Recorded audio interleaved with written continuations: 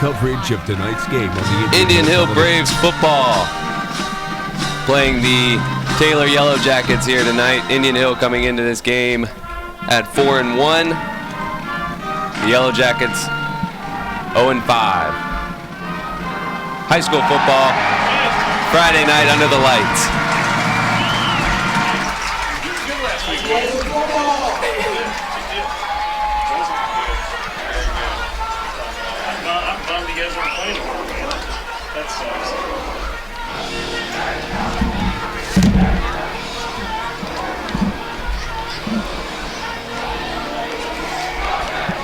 The Indian Hill Braves coming off a win last weekend against Marymount by a score of 42-14, putting them at 4-1 on the season. The Yellow Jackets coming off a loss to Wyoming by a score of 56-0.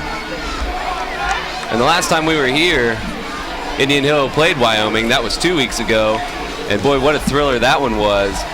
Ended up going into overtime and then a second overtime possession for each team. Final score was 34-27. And here joining me inside the broadcast booth, Graham Moss. How's it going, Brandon? It's going well, man. Ready for some football? For sure.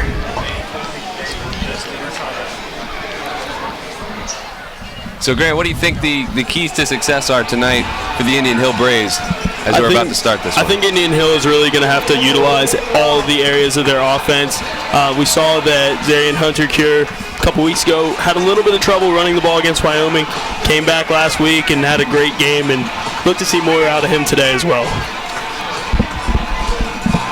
Going to be a good one here tonight. The high-scoring Indian Hill Braves offense.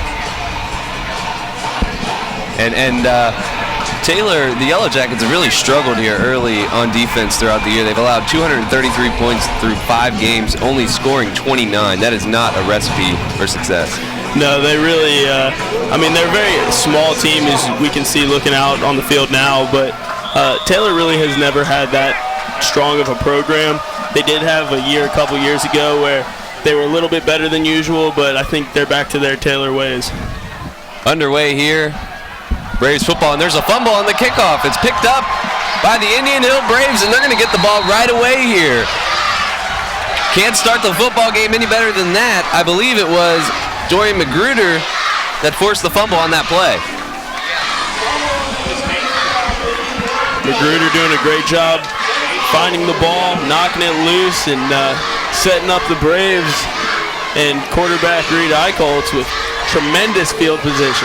Well, yeah, we just talked about it, about how, Indian Hill is a high-powered offense, and here they are with their first start inside the red zone.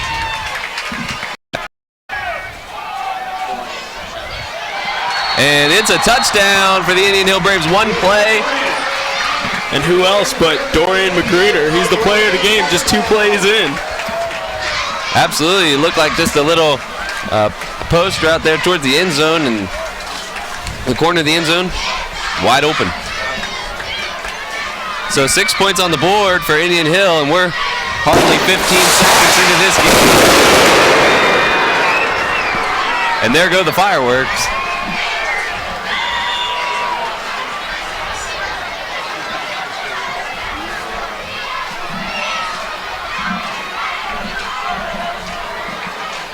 Looks like the Braves going to opt to go for 2, maybe.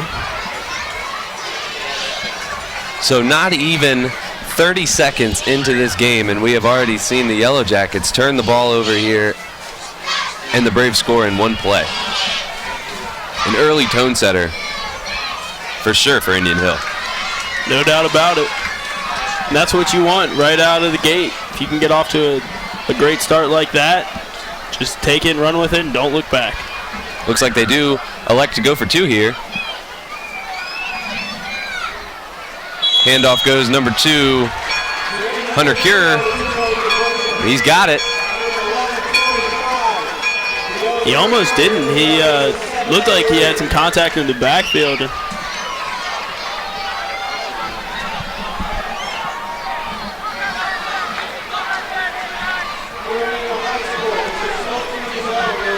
There's a second look at the touchdown.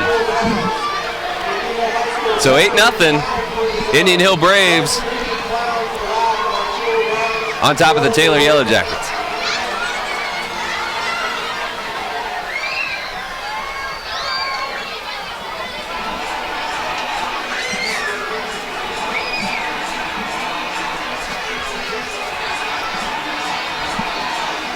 So the Yellow Jackets going to try this one again. Try to hold on to the football this time.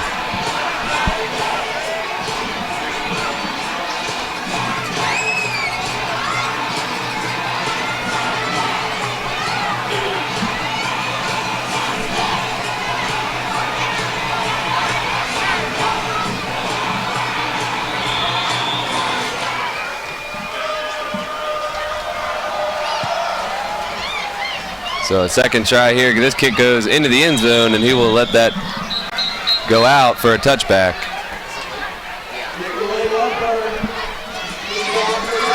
So we'll see our first look at the Yellow Jackets offense here, already down 8-0. Might have been the good call there not to try to take that one back after what happened the last time. Rather be safe than sorry, that's for sure.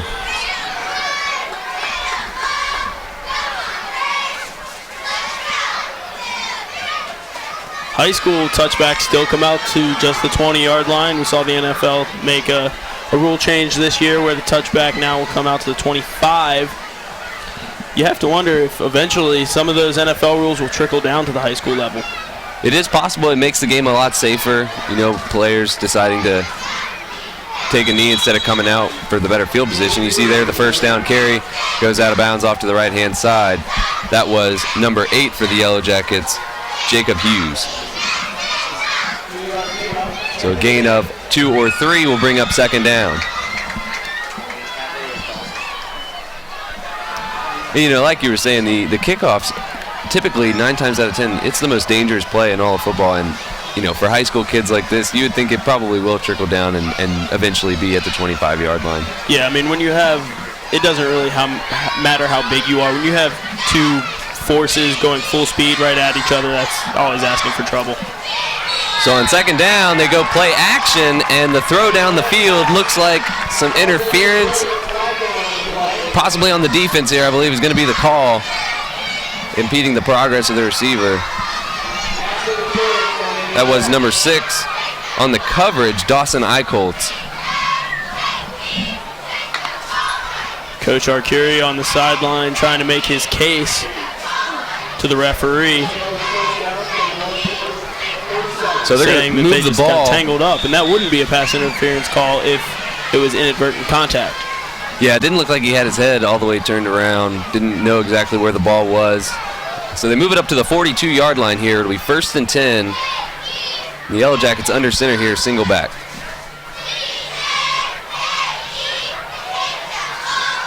And the handoff goes here, and he is stopped immediately on that play by number 53, Michael Oakes, along with some help. Maybe 1 on the play. Looks like 2nd and 10. And that's the other thing that the Braves have done well all year. Their guys up front on that defensive line have been solid. And they're big. I mean, you can see a difference in size between these two teams. Of course, you have Jalen Thornton, John Thornton's son. So fakes the handoff here. Throw goes incomplete. A little bit of miscommunication there. Evan Lamb, the quarterback for the Yellow Jackets here, brings up 3rd and long. Yeah, it looked like he was just looking for his receiver, Isaac Mock. Just overthrew him a little bit. Yeah, had him open on that wheel route. The early game jitters tend to get to some of these quarterbacks here. We haven't seen that a lot out of Indian Hill, however, this year. Reed Eichholtz definitely cool under the pressure. So 3rd down here. Lamb under center here for this 3rd down. A lot of times now you see quarterbacks going out of the shotgun. And we have a flag. Looks like a false start. Moving back 5. Be 3rd and 15. That will make things awfully difficult for the Yellow Jackets here on 3rd and long. You know, you got a lot of plays in the playbook here designed typically for, 10 yards or things like that. Not a whole lot of plays besides fly routes get you 15. 3rd and long.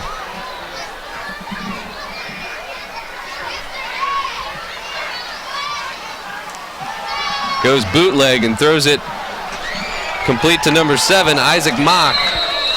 And a great open field tackle right there. That saved the first down. That's Dawson Eicholtz coming in from the top and kept Mock just a couple yards short. And he does get him out of bounds there around the 44-yard line. Be about 4 yards short, and they're going to be forced to punt here.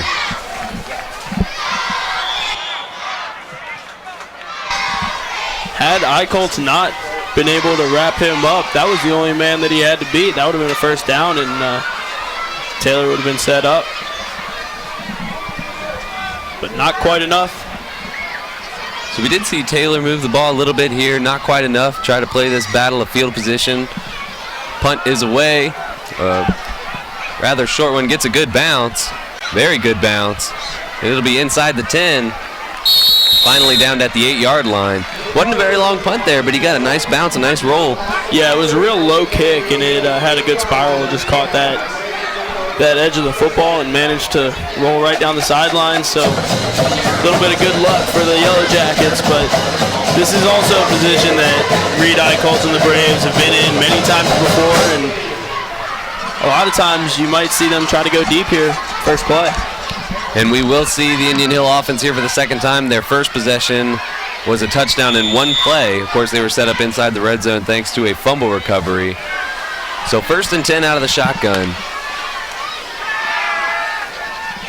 Eicholtz will go right, and he will keep it himself, moving ahead and picking up a first down. Looks like a gain of 12. Eicholtz able to show off his legs there. Just really shows how versatile he is as a player. Being able to have the size and speed that he has, and as well as the arm strength and football IQ, I don't think you could really ask for a better quarterback, especially at the high school level. Yeah, we have called a few of these games this year, and he has shown that he is not afraid to take the ball himself, and he's one of the biggest guys on the field. 1st and 10, pass is complete, out across the 25 to the 26-yard line. That is Jack Stewart.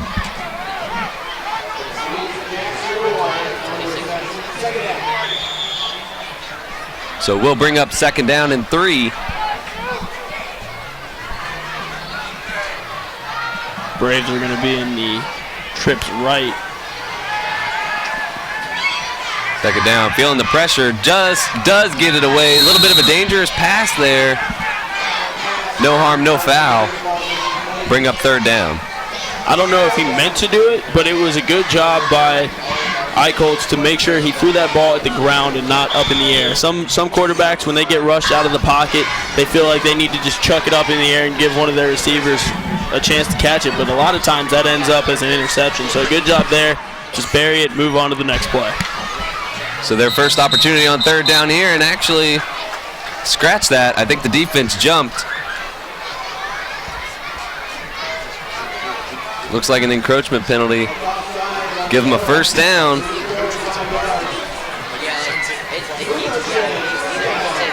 So a great job there by Eicholtz with the hard count.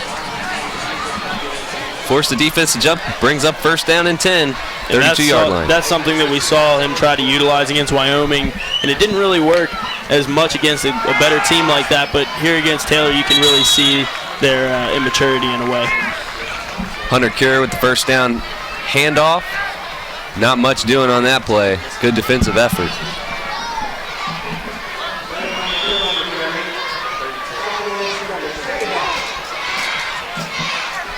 So 2nd and 10, they're sticking with that 3 wide receivers out to the right. And Eicholtz looking long, a little bit underthrown, and that ball probably should have been picked off. Saw number 10 on the coverage, Kanaz Moore.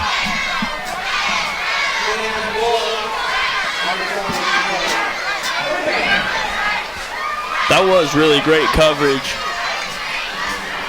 by Moore. He's playing that cornerback position. He had some help underneath from Malik Smith. It looked like the ball just didn't quite get enough air under it on that one. 3rd and long here. Throw is out of the reach for number 21, Benjamin Worthland. Will bring up 4th down. The Indian Hill Braves gonna punt.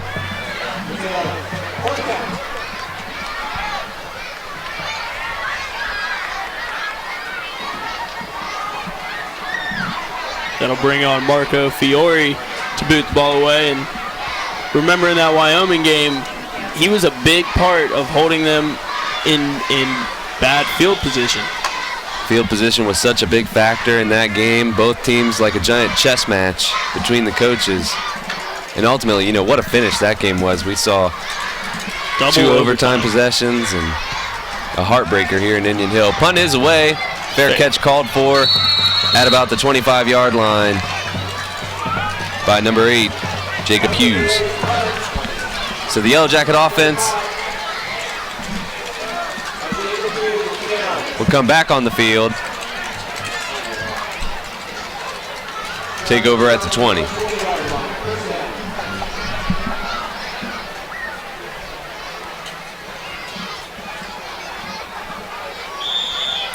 We'll see if the Braves defense can hold them.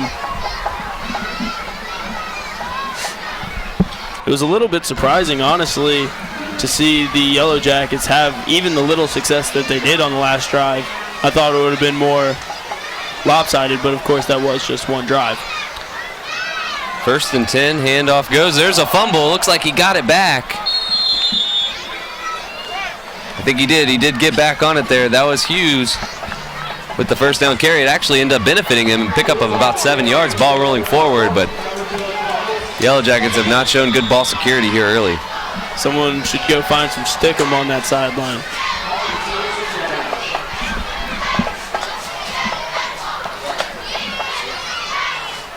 So 2nd down and 4.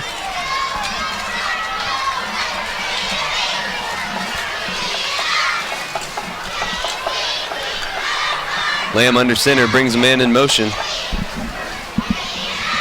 Gonna drop back to pass. Dangerous pass, ball high up in the air. It'll be incomplete. Good defensive coverage on that one by Magruder. You know, anytime those balls get tipped up in the air, it's always a possibility for an interception. Defenses love that. When they see a ball get batted up, gives usually a good 3 or 4 guys a pretty good chance to come up with that one. That one landing just right between them. So 3rd down, manageable 3rd down here for the Yellow Jackets offense. And they come out in a 2 tight end set. The offset I with a man in motion. And they swing it to him, and he can't hold on to it. That was Jared Walpole. And boy, that one feel like a missed opportunity.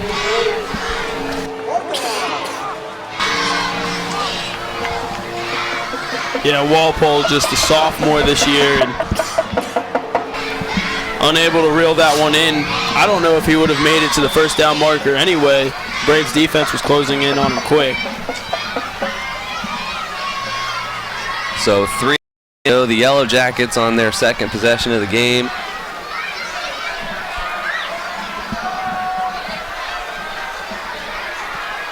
And another questionable punt there. This one getting across the 50 and right at the 50, I believe, is where it's going to be down. Only a punt of 22 yards.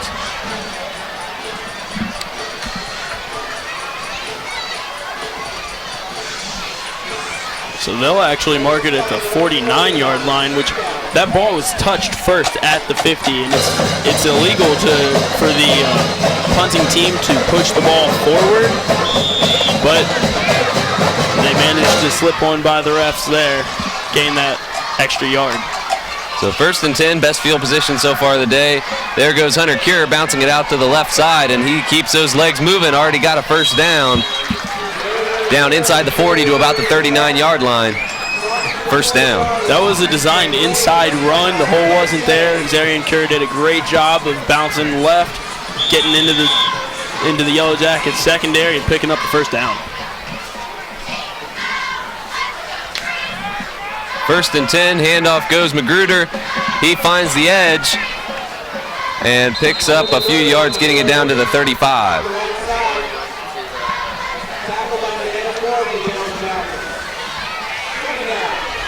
Those kinds of plays where you have a guy in motion and the quarterback hands it off, that's going to set up great play action later in the game, as well as quarterback read options.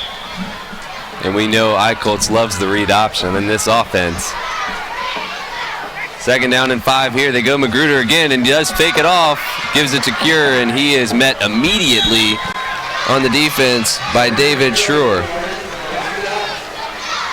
So right after you say it, they do go with the play action to Magruder, end up giving it to Hunter Cure. It didn't work out that time. I'd like to see them utilize it in a pass play. That's always a great way, especially on early 2nd down. Usually you can see that fake handoff, draw those upper defensive backs in, and go right over the top. So 3rd down, ball is almost intercepted by Tyler Embry. Eichholz just may have left that ball hang up there a little bit too long. So 4th down for the Braves.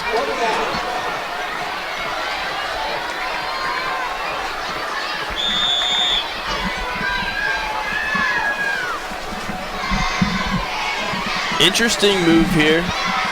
I thought maybe from this range they might try to go for it, but they will send out the punt team. Going to play the battle of field position here early. Try to pin him inside the 10-yard line. Punt is a high one, looks a little long, the bounce, and not quite able to get it. Looked like he had a shot at it, just bounced right over the head. And that's a heartbreaker on that play. Yeah, it is. That was a beautiful punt. I wouldn't have expected Marco Fiore to have that much experience to be able to be that accurate with his punts, but man, he has been extremely impressive all season long.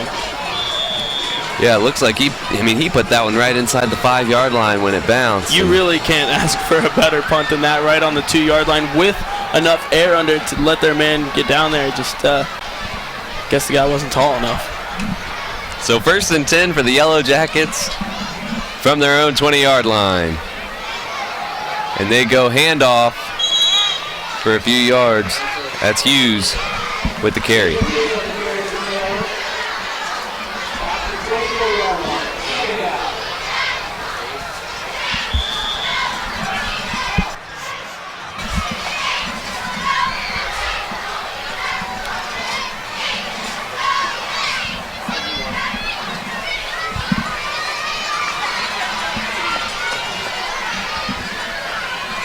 So 2nd down, 2 receivers to the left.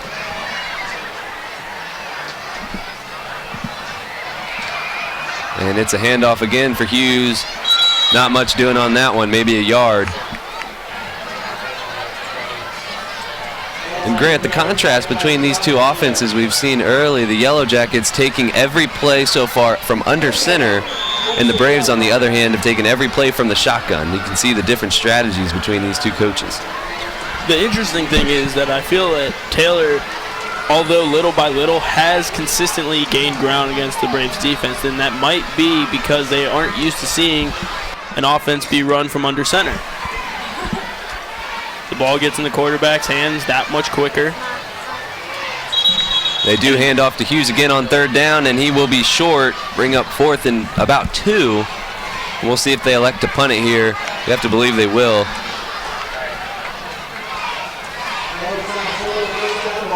And it seems the game is moving in the direction of, taking most of the snaps from shotgun or from the pistol formation. Gives the quarterback more time to survey the field or just make a play. But like I said, it also takes longer for the ball to get from the center to the quarterback. If you're doing a run play, it's that split second. That makes a big difference. The punt here. Another good roll for the Yellow Jackets. They've capitalized on that. Ball will be touchdown at the 32-yard line. Taylor making the argument that the ball was touched by an Indian Hill player and that they actually should be in possession of the ball. Well, it looked like it hit close to the players there, the gunner for the Yellow Jackets. That's where your punt returner has to tell everybody, get out of the way.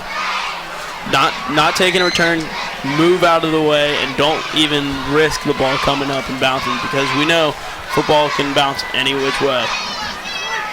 Well, they're giving it a good discussion here.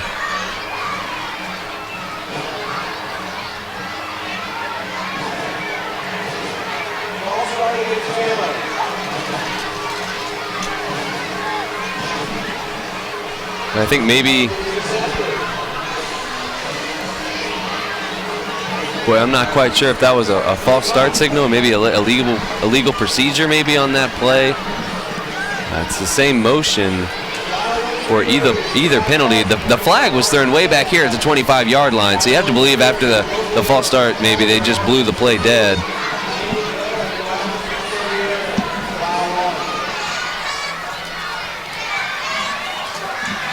Now, if the play was blown dead, wouldn't the clock would have changed?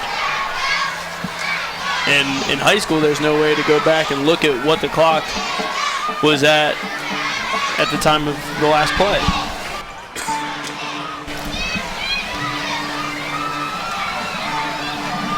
Well, they moved the ball back, I guess, the 5 yards there, so it must have been the false start. It doesn't look like they're going to reset the clock. They're talking it over here, but either way, we're going to see a punt from the Yellow Jackets here again.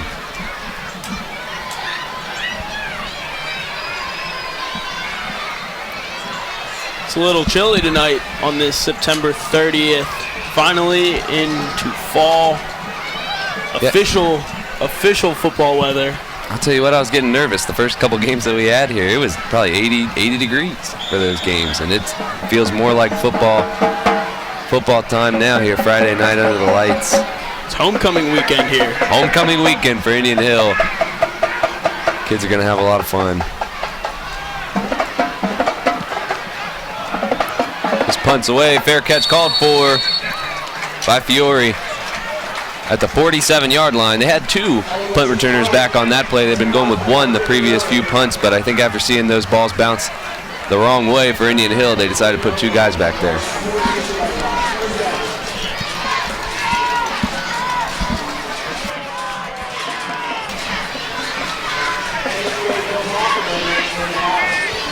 So just under 3 minutes left here in the first quarter. The score is 8-0.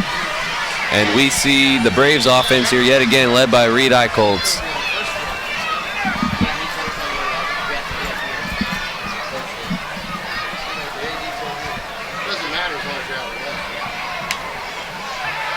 Looks like a screen pass there out to the left side, makes a man miss. Hurdles a defender and keeps going forward, picking up the first down. Some flashy moves on that play. Flashy for sure. That's Jack Stewart over there putting the moves on. Boy, quarterbacks have to love that too. You throw it 1 yard and get a gain of 11 out of that. So 1st and 10, they're going to do the same thing here on the other side to Dawson, and he makes a man miss, cuts back and heads up the field, makes another man miss inside the 20, 10, and that's a touchdown for Dawson Eichholz. What a great There play. is a flag down. There is a flag down, and we'll have to see if this one's going to come back. Looks like it is. The illegal block in the back penalty. So take the points off the board. I'd like to see a replay of that because I saw the block that I believe that they're talking about. It didn't look like it came from behind. So they're going to spot the ball at the 31-yard line of the Yellow Jackets.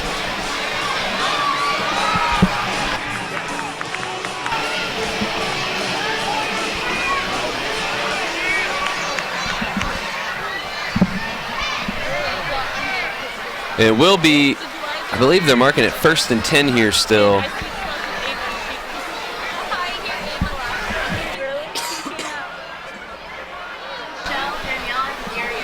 So it still is 1st and 10 from the 31-yard line, but man, that was a big play that was taken off the board there.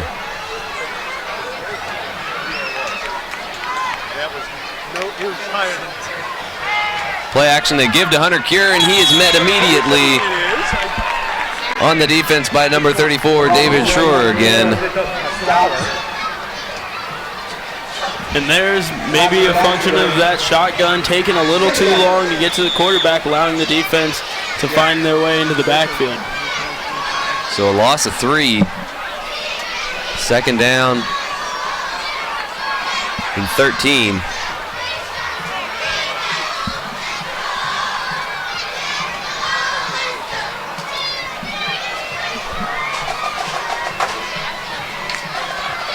Snap bobbled. Throws it out to number 21, Benjamin Worthland. He gets maybe a yard out of that one. That was a good tackle by Brendan Siebert. It's like he actually lost a yard or 2. It's going to be 3rd and 16 here for him.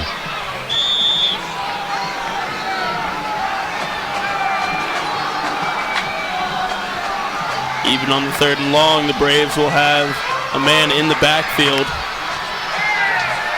Well, Eichholtz takes it and bootlegs left, goes deep to the end zone. There is a flag. A flag down here by the back judge. Maybe illegal contact.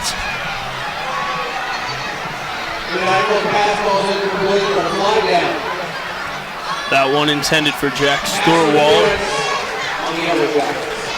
It's going to be pass interference on the defense here, so on 3rd and 16, the Yellow Jackets bail out the Braves.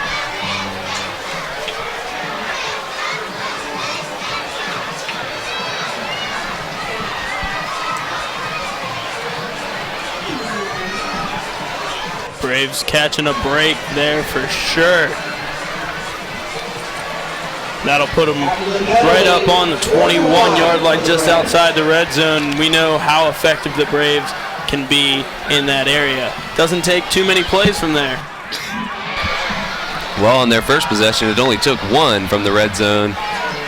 5 wide receiver set. It's important to note on that Wyoming game that we watched, every 5 receiver set was a QB keeper, and it is here as well, getting it inside the 20 to the 18-yard line. And I noticed that during that Wyoming game, they called a 5 wide receiver set probably between 5 to 10 times in that game, and every time that they did, it was a quarterback keeper.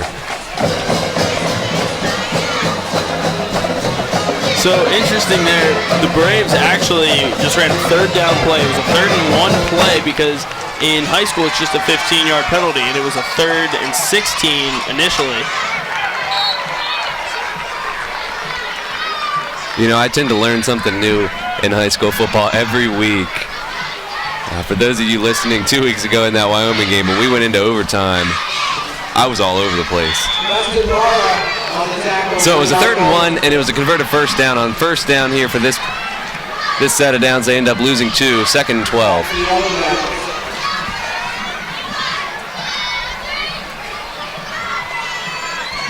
And by the end of this season, you have to believe I'll know everything about high school football. I'll know all the rules by the end of this. You should.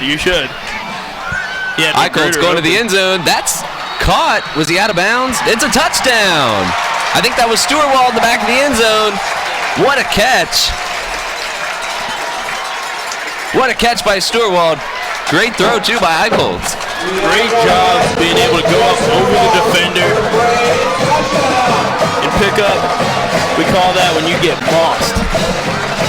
You get mossed. Right up over the top, tapping the toes in the back of the end zone. Good for 6. I have a hard time believing that's what they call it. That's what we call it. That's what we call it. Point after here, Marco Fiore to put the Braves up 15-0. Kick is good. Didn't I moss you the last time we played? I don't recall that happening. I think you just like to forget it. Maybe that is the case. So 15-0 is the score here as we come close to the end of the first quarter here. 4 seconds remaining.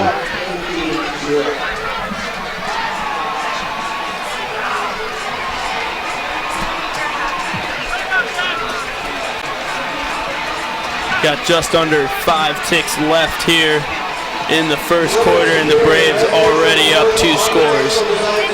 Yeah, and it's not really a surprise here to see this type of score here early. We thought that the Indian Hill Braves were going to come out and set the tone and deliver the way that they have, but it hasn't been the smoothest of sailing for them here in the first quarter. Granted, they are up 2 scores, but they have had some trouble moving the ball, and they've even allowed up a little bit of yardage on defense. And you do have to give credit to Taylor in their defense, being able to work well in coverage. I think that's really their strong suit, is they've been able to get into the backfield quick, and they've been able to cover receivers.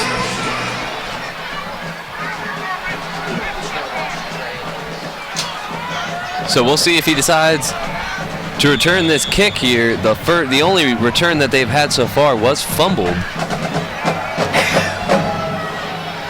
And this one will bounce into the end zone for a touchback. And I guess they blow that one dead. If they leave that ball in the NFL and it doesn't go out of the back of the end zone, that's live. Yeah, that, again, one of those rules that's different in high school. As soon as the ball is touched down in the end zone, it's a dead ball. I believe it's the same way in college, but I'm not positive on that. And I actually saw a game last week in the NFL where a guy caught the ball in the end zone, didn't take the knee immediately, and just thought they were going to blow the play dead, and they didn't, and he ended up having to take one almost when it was too late. So 1st and 10 for the Yellow Jackets here from their own 20-yard line. Quick slant. That pass is incomplete, intended for number 11, Alonzo Sanchez. Hit him right in the breadbasket and popped up. Good defensive play to tackle him immediately. And that's Marco Fiore. He might be one of my favorite players on this Indian Hill Braves team. His knowledge of the game and his athleticism, as well as his abilities and special teams, you can't really ask for much more out of a player. Yeah, once that ball got hit, instead of trying to go for it, he just made the smart play by tackling the wide receiver, give them no chance. Brings up 2nd and 10 here, and the run from Hughes breaks a tackle, actually sneaks between some defenders, dives forward, gets 5, and that'll take us to the end of the first quarter here with the Indian Hill Braves ahead of the Yellow Jackets 15-0.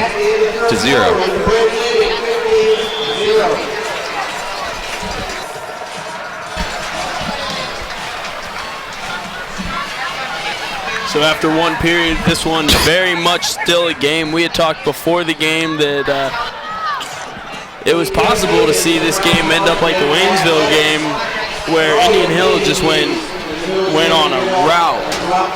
Yeah, Indian Hill came out of that Waynesville game guns blazing in the first quarter. It hasn't started off the exact same way, but I think we've seen some positive things from Indian Hill. But if you're the Taylor Yellow Jackets, they've seen some positive things here too early. If they can take care of ball security and just try to move the ball down the field methodically like they've been trying to do, they could have some success here in the second quarter.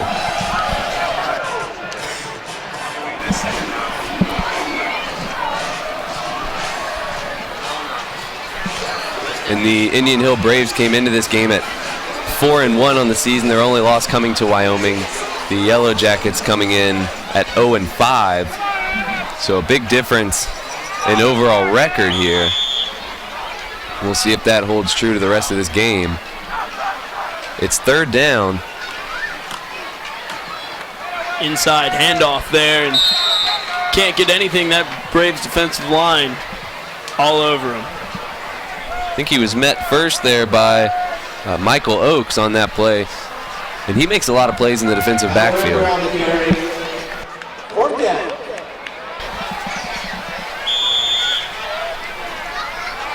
Oakes is a junior this year, and I think being able to play with Dan Becker, the senior, who has made his presence known, has really helped him in his maturity as a player. And Becker almost getting to that punt. It'll take another good bounce for the Yellow Jackets down at the 25-yard line.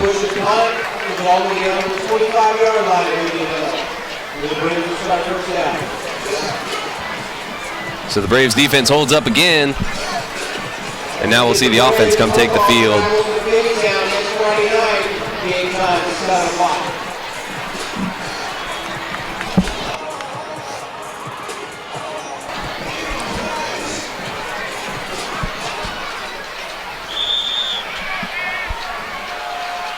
First and 10 with a 4 wide receiver set coming out in the pistol formation is Reed Eichholz, drops back to pass. Has plenty of time. Gets to Magruder for a first down. Looks like a pickup of 22 yards on that play up to the 47-yard line. And Grant, you said it, Reed Eichholz did have a lot of time back in that pocket. When you give a player with his abilities that much time to make plays, he's going to make them. The way that Taylor's defense has been effective is getting to the quarterback quickly and forcing him to make decisions before he's ready. And Eichholz throwing deep on this one. Tight coverage. They're going to throw another flag. Looked like good defense from up here, but that's what I thought as well. I've seen a couple calls that have been somewhat questionable. It's going to be against the offense on that pass interference call. Looks like they're saying the wide receiver maybe had pushed off to try and catch that ball, so we'll move him back 10 yards, actually. That's not the way I thought that call was going to go.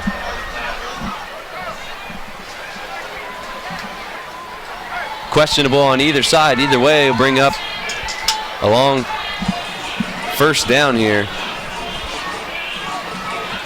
I believe they will get to repeat the down with this penalty, so they'll have some time to make up for these yardage plays here. And when you're an offense and you lose 10 yards on first down, it kind of changes the whole complexion of how you deal with the downs for this possession. Absolutely, they've now more than doubled the yards to gain for another first down. Certainly lengthens the field and your play calling changes. They give it to Fiore there, and he picks up about 8 yards. So getting most of it back there on that first down. I think the goal for the Braves on this drive after the penalty is if you can get into a position to have third down and a manageable yardage, that's what they're going to be looking for. You don't have to get it all back in one play, but if you can get close enough by third down, that's all you can ask. And a 5 receiver set here. Keep in mind, it could be a QB keeper. He will throw it. That one goes to number 21, Benjamin Worthland. Brings up third down and 12. I'm sure that Coach Arcuri would have liked his offense to gain a couple more yards, but a gain is a gain nonetheless. So a long third down here, but certainly not as bad as it was when they had initially looked at the play. And you can see the corners playing well off the receivers on this play as Eichholz bootlegs out to his left. Throws it to the sidelines. Fiore's got it. He keeps his feet in, and he cuts back to the inside of the field, getting it down to the 30-yard line. There's Fiore making plays out there, finding an opening, tiptoeing the sideline, and picking up a first down for Indian Hill. And he has been incredibly impactful here in this first half of this game. You want to talk about a guy, a jack of all trades, a Swiss Army knife on the football field. He does the punts, he does the punt returns, and he can make plays on offense and defense. See why he's my favorite. I do see. So pistol formation here for Reed Eichholz. And he will give it to Hunter Cure, who finds some space, bouncing off a tackler, and he is going to be tackled at the 25-yard line. Good tackle there on the defense, holding on for dear life. He almost slipped away to the outside on that one, just kind of got his foot caught in a bear trap there. Might have been a touchdown saving play too. You know, he had a lot of space out there on the right side of that field. Plenty of green. Bring up second down and 5 here as the Braves approach the red zone. Throw another out route here. That one just out of the hands of Worthland. Would have been enough for a first down. Brings up third down.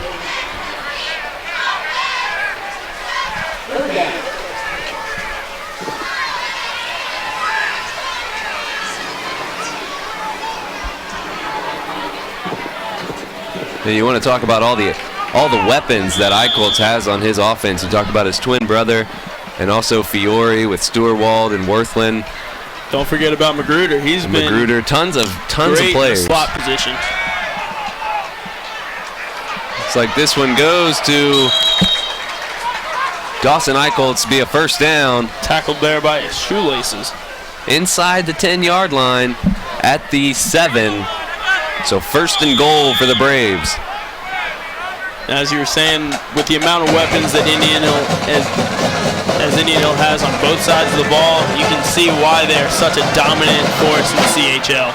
Hunter Cure with the carry, gets inside the 5 to about the 4-yard line, and theme of the night when he's carrying the ball, takes more than one guy to bring him down.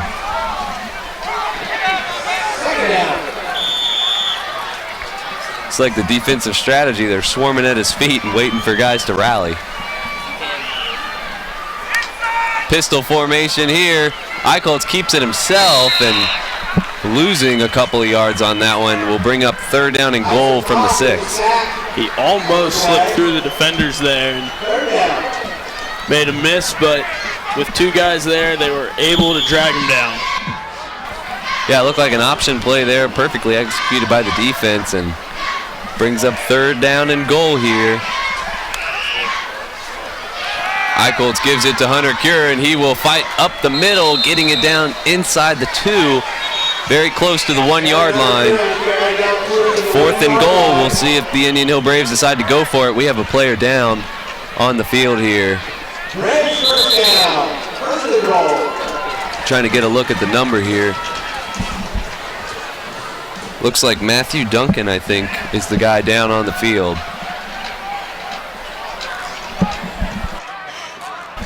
And I didn't see exactly what happened, but there was quite a pile going up the middle of the field.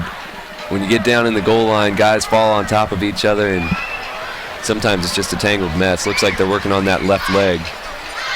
And that's Indian Hill trainer Terry Conti down there working on him. So he gets up, and he's going to limp off the field here. Taking a look at the previous games here for the Braves.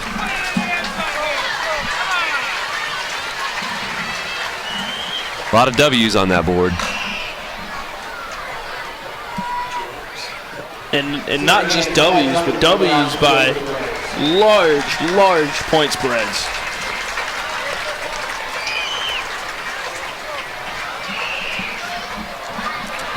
So Duncan makes it off the field here, and he looks to be all right.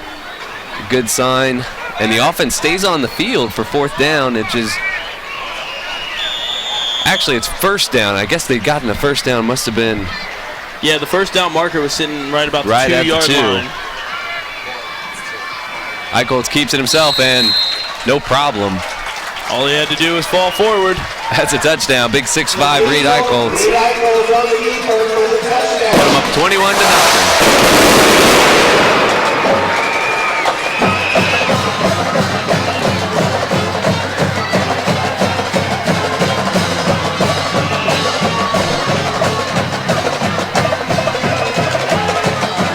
So methodical drive there by the Indian Hill Braves, dealing with some adversity with their pass interference call on offense, able to make up for it, get all the way down the field, put 6 points on the board. So Indian Hill's usual kicker is Luke Lundberg. But guess who's out there to take the extra point? The Swiss Army knife? The Swiss Army knife. Marco Fiore. Knocks extra point is good.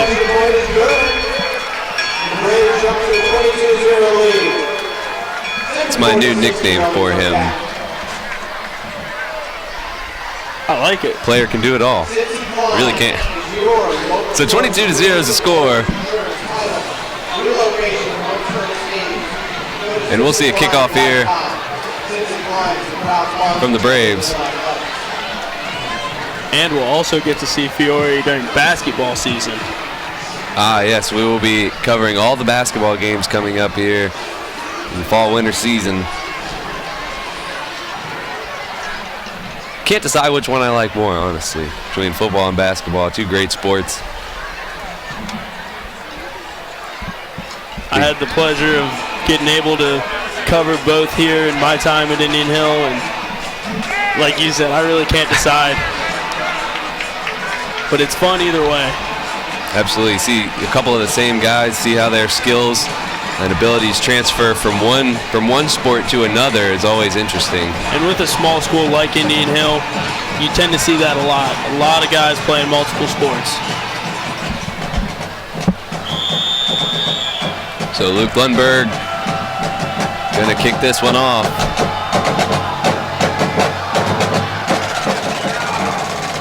And it'll be returned by Hughes as he makes his way across the 20 and goes out of bounds, pulled out of bounds at the 29-yard line by number 20, John Williams.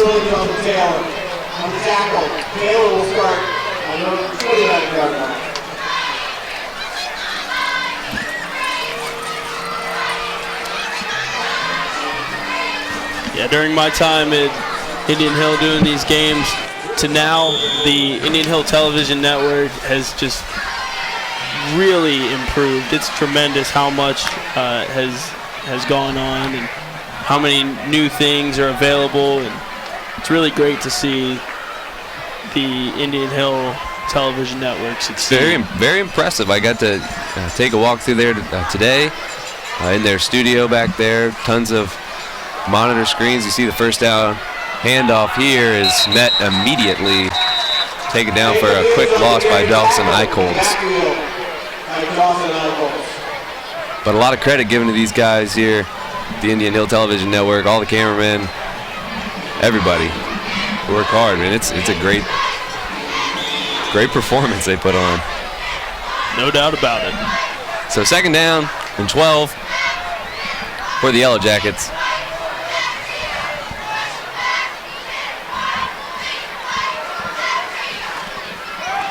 Handoff goes Hughes, cuts it back into the middle, able to get it across the 35 to the 36-yard line. Make it to 37, bring up third and short.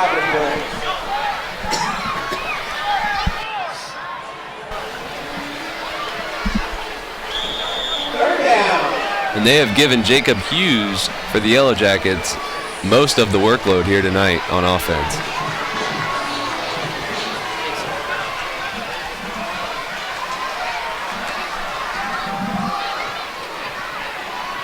Third down carry, breaks a tackle, and he's out past the 40-yard line to the 43 for a first down.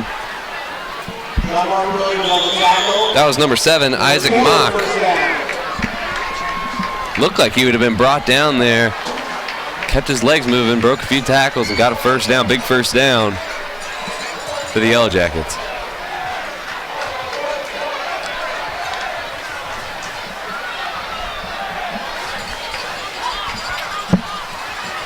Six and a half minutes left here before the end of the first half.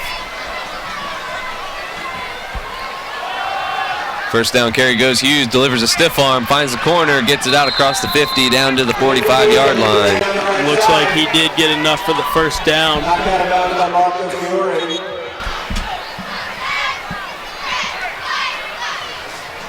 So some offensive life from Taylor right now. All done on the ground so far this drive.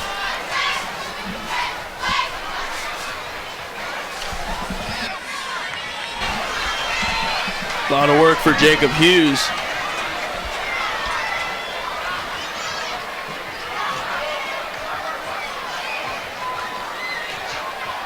Handoff Hughes again. Able to get maybe 2 or 3 on that carry. With that many run plays in a row, the Braves defense should be aware that play action might be right around the corner. Well, you can see Hughes coming back to the huddle with his hands on his hips. You know, running up there between the tackles. Probably pretty gassed at this point, gotten, what, the last 5 plays? Yeah, I believe they did give one to Mock, but other than that, he has been taking most of the workload here tonight in the backfield in a very run-heavy scheme for the Yellow Jackets. Second down and 8. And they'll fake it here. The throw is almost intercepted Dangerous pass made there by Lamb. That was Micah Fiore. Almost came up with that interception. Fiore did. Marco Fiore, no surprise there. He was in on that play. 3rd down.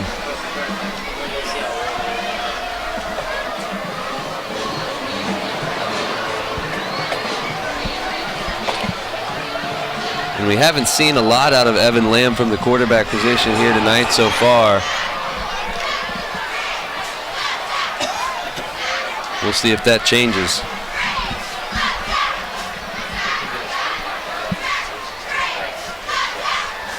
Third down, play action. He's going to be hit immediately.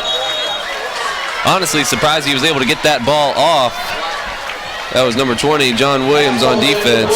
Coming in from the edge, untouched to the backfield.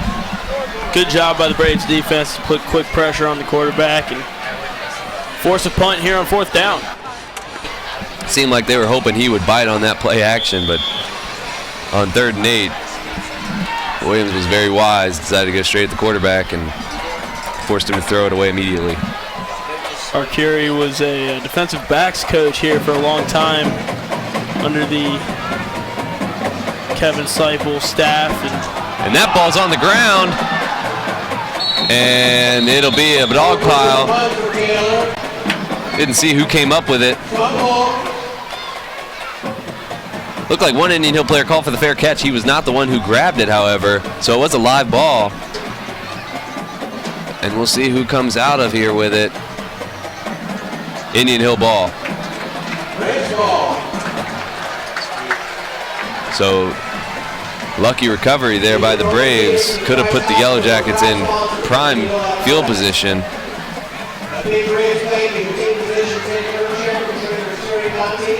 The Braves will get the ball on offense here. Looked like just miscommunication between the two returners on that play. One had called for the fair catch, was not the one to grab it. But 1st and 10.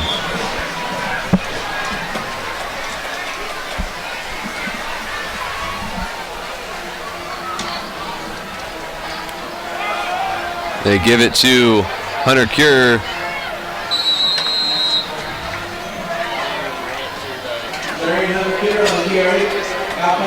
Gains about 8 yards. Cure was able to shake a defender in the backfield. Casey Lampkin of Taylor was able to get back there, and that's one thing that they've done well all night long.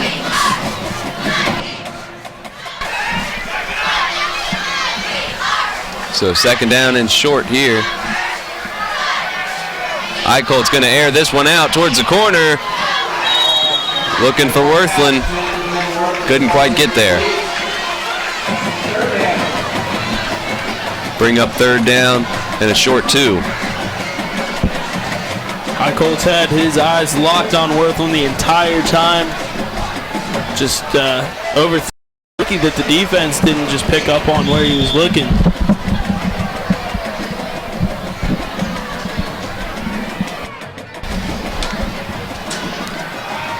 Third down, the give is to Hunter Cure, and he gets held up by his feet again, taken down at the 25-yard line. That'll be short. It was Brendan Siebert getting in there and holding on to Cure. Punt team comes out. And once again, the Yellow Jackets defense holds up. They've done an admirable job here in the first half, containing this high-powered Indian Hill offense.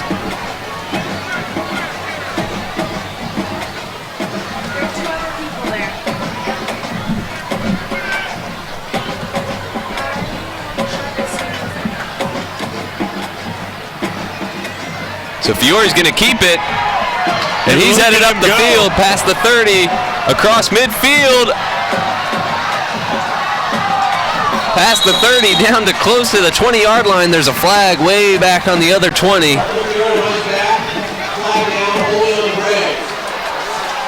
And that's the type of thing you get with Fiore, where he can punt it, but he can sure keep it himself. looks like this one might be coming back. Holding was called against the Braves. So a monster play. It seemed like the hold would have been fairly unnecessary. When the flag was thrown, Fiore was well past where the flag was. Yeah, he had a lot of green out in front of him really quick with no defense around. Make him punt this one probably for real this time. Unfortunate for the Braves. Great job there. Would have set them up inside the other red zone. Now they're back. Fiore back on his own 2-yard line.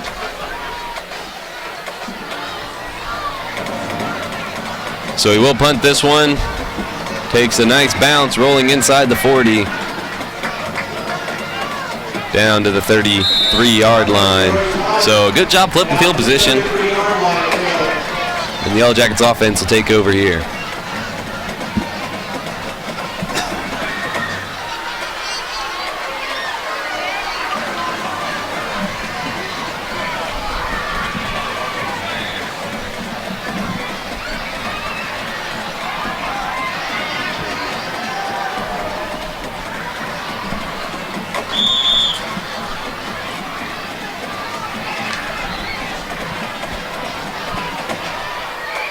And 1st and 10. Looks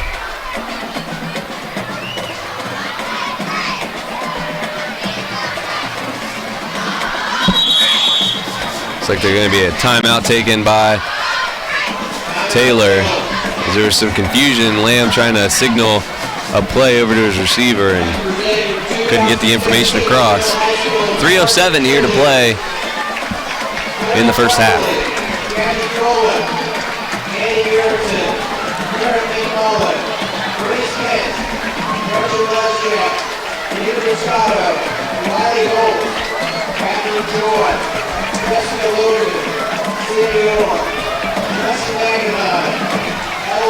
So Grant, pretty good first half we've seen here out of the Indian Hill Braves.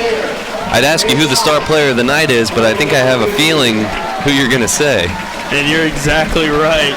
It's the Swiss Army knife. Marco Fiore's been doing it all, making great plays, and I'm really looking forward to see what he can do in the second half. So the offense back out on the field here after the timeout.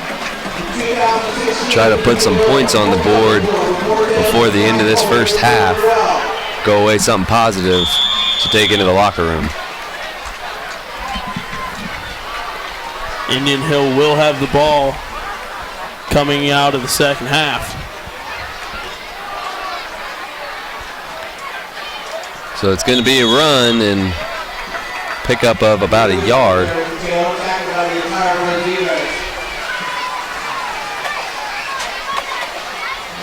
And that was a new back there. I think number 15, Brendan Seibert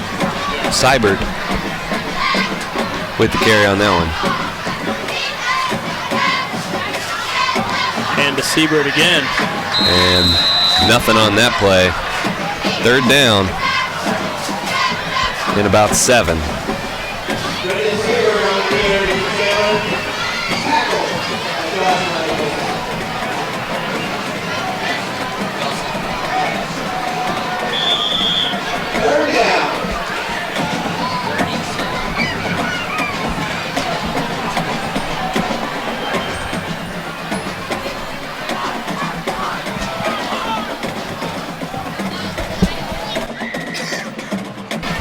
So on 3rd down, Lamb drops back to pass. Will roll out to his left, looking, and he is sacked in a fumble. I think he recovered it himself. He did, but the ball bounced to him. He was lying on the ground, and the ball just bounced back right towards him. That doesn't happen very often. Very lucky. Indian Hill going to take a timeout near here, try and preserve some of that clock. 1:50 remaining in this game. So they're going to try and put a score. Last play, chasing down the quarterback. Yeah, big sack and no chance of holding onto that football when he got hit. Lucky to be able to recover that one after the fact. Had he not recovered it, there was a swarm of Braves there that would have allowed them to have phenomenal field position here with under 2 minutes left in the half.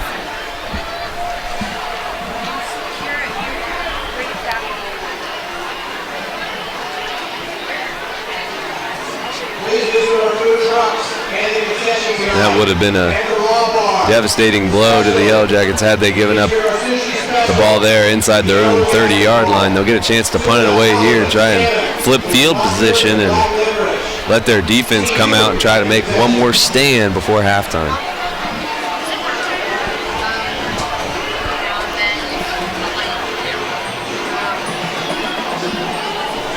And Fiore and Magruder look like the two guys back to get this punt.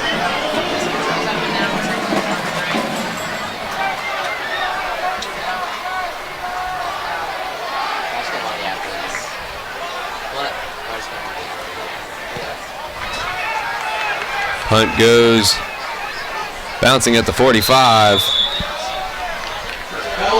We'll see where they spot it here. Good field position though for the Braves. Ball at the 41, their own 41-yard line.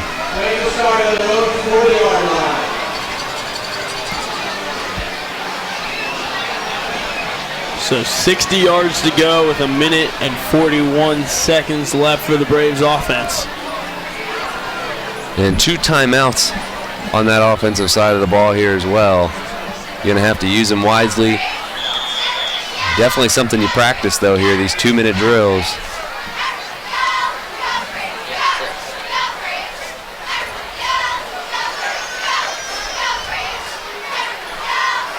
Pistol formation.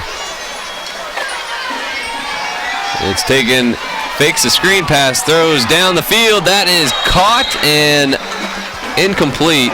Ball popped out there as he tried to make the turn. That was intended for Benjamin Worthland on that play. It was a good job by Eichholz to find Worthland's back shoulder away from the defense, just unable to corral that one in.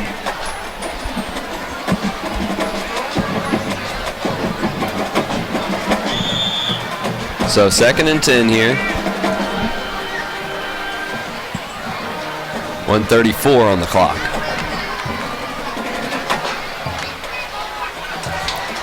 Eichholz rolls out left, throwing, and that is complete to Magruder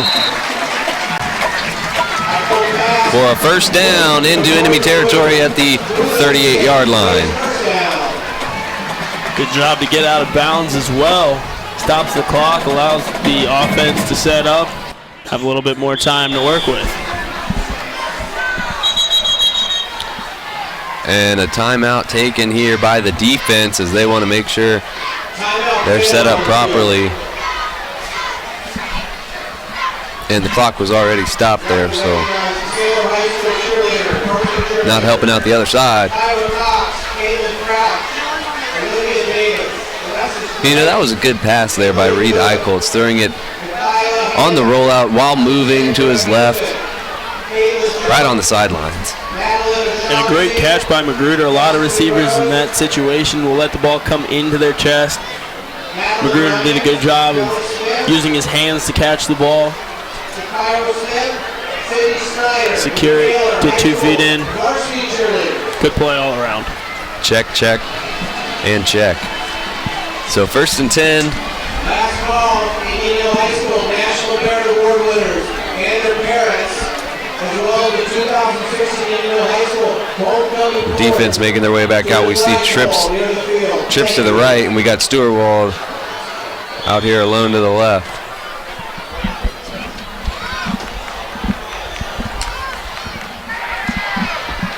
Snap taken, pass to Magruder. Caught and hit immediately. He did hold on to it. The clock will keep running. Looks like it was enough for a first down. Magruder showing his value in the slot position, finding little nooks and crannies throughout the middle of the Taylor defense. Eichholz doing a great job of finding it. 1st and 10, faking it. The screen gives it off to Hunter Cure, and he gets nothing, maybe a loss of 1 on that play. Clock continues to click, now down under a minute.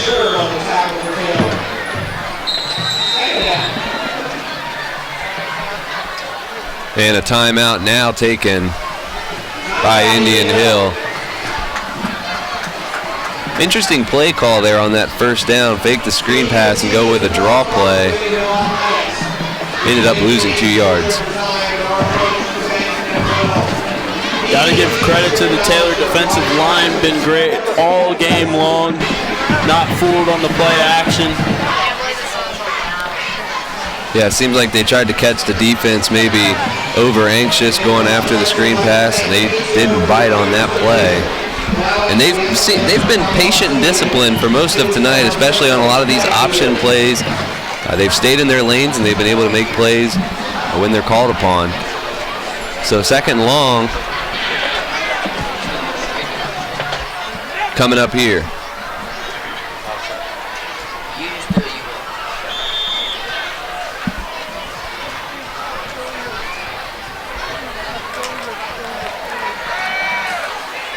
Colts throws a rocket to his brother Dawson.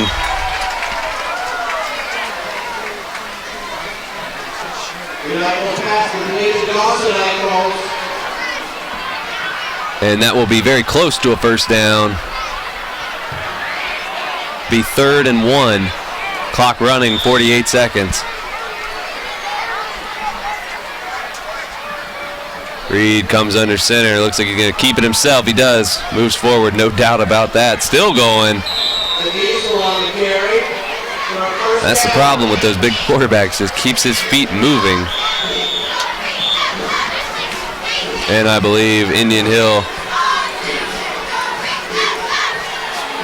they've taken their final timeout. They're setting up something here.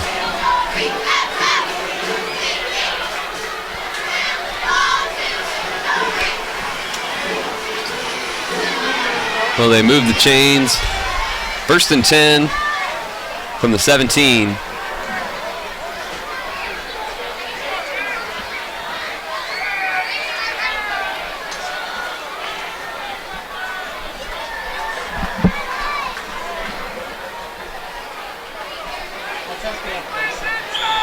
They put 30 seconds on the clock and now start it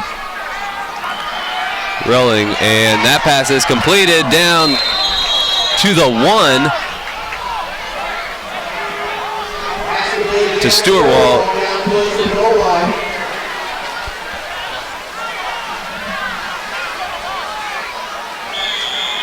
Colts under center, and you had to know that was coming.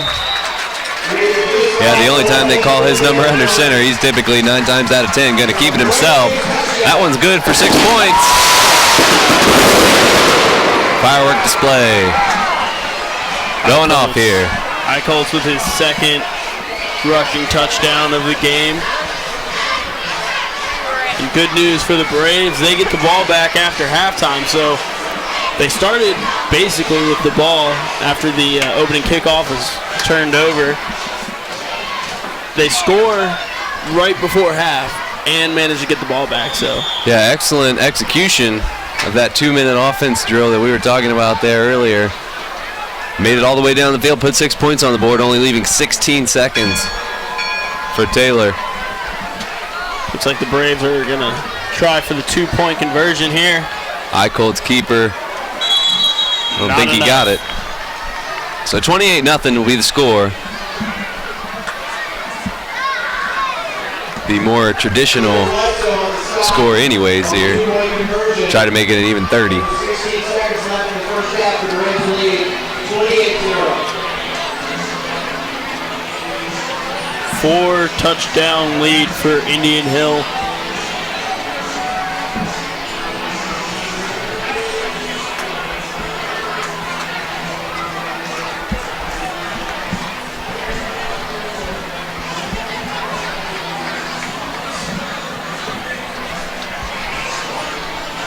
And the Yellow Jackets coming back on the field here to receive this kick. Looked a little deflated.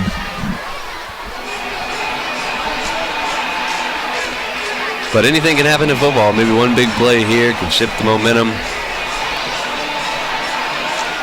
Probably just take the ball to halftime here after this kickoff.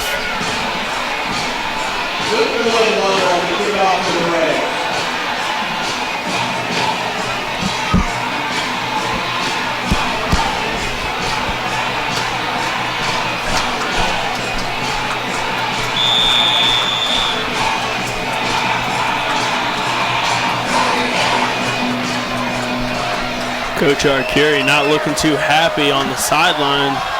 Wonder what that's about. Low kick goes into the end zone after the bounce. And it'll be a touchback coming out to the 20-yard line. First down.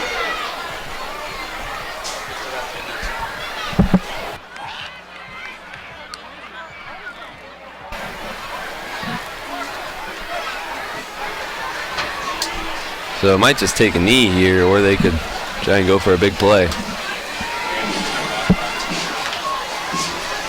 I don't know, if you're down 4 touchdowns and Indian Hill's getting the ball back after half, I feel like you almost got to try, but it looks like they're going to go to the kneel down formation and just take it to halftime. Yeah, too much room for error in a situation like that. Probably what the coach was thinking. You know, you want to have big plays, but sometimes it can backfire on you. So that will take us to the end of the first half here at Indian Hill High School, with the Braves out ahead of the Yellow Jackets by a score of 28-0. And we will be back with the second half of action.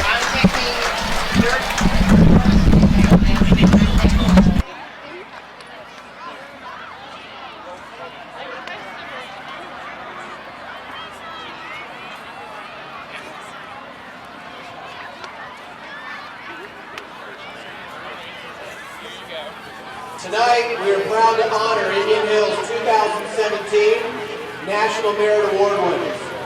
This month, the National Merit Scholarship Program announced Indian Hill High School's class of 2017 semifinalists and commended students. Of the 174 students in this year's Indian Hill High School senior class, 21, or 12% of the class, have been named in the program. 9 as semifinalists, 12 as commended students. These students are of an elite group. Only 3%, 50,000 students out of over 1.5 million who take the test each year qualify to be recognized. The top 1% are named semifinalists. These students have the chance to be named finalists in the spring. Accompanied by their parents, ladies and gentlemen, the Indian Hill National Merit Class of 2017. First, our 2017 commended merit scholars. Layla Alzubi.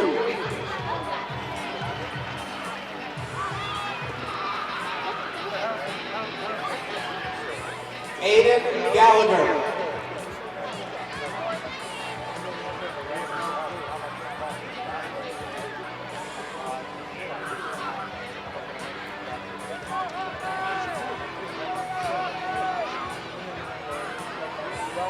Shawani Goodwardina.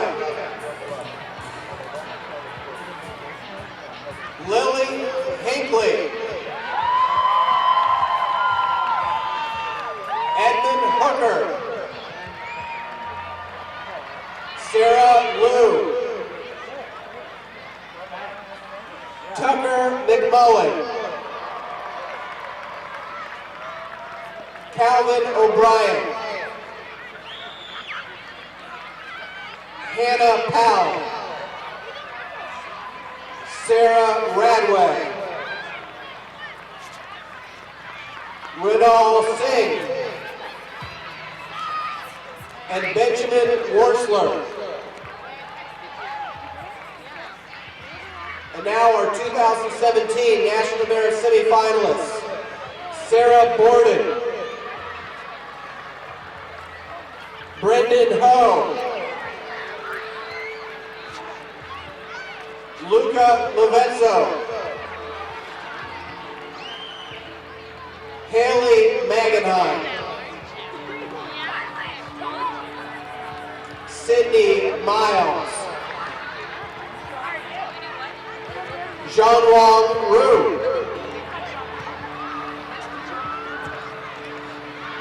Nick Saba. Josie Samarco. And Catherine Sullivan.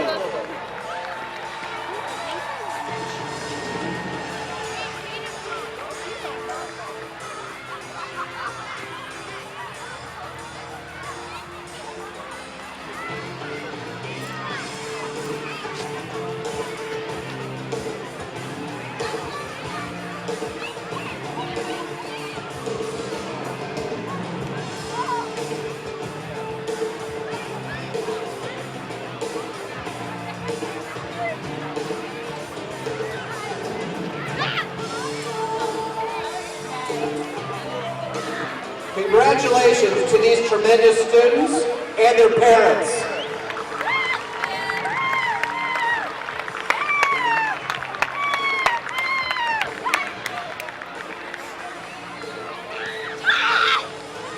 Your class of 2017 National Merit Award winners.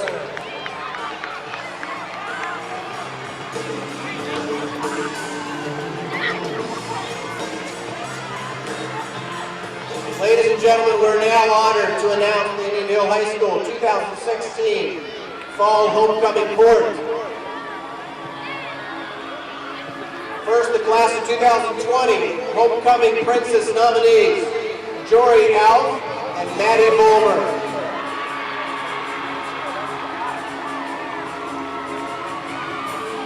Homecoming Prince nominees, Min Sao Kim and Charlie Lindbergh.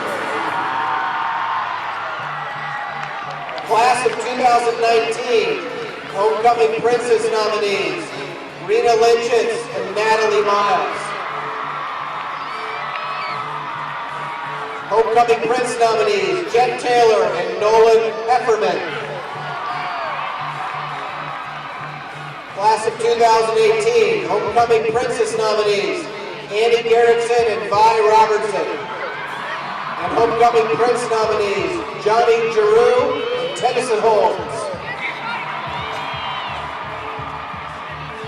And your class of 2017, Homecoming Queen nominees, Robin Schumacher and Christina Shannon. And Homecoming King nominees, Dawson Eichholz and Kyle Gould.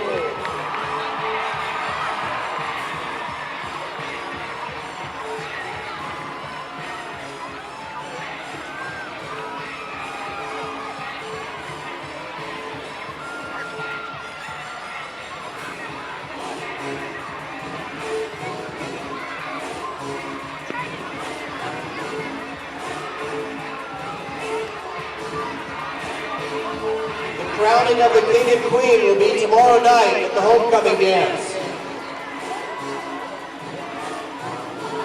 Congratulations to our 2016 Indian Hill High School Homecoming Court. Congratulations.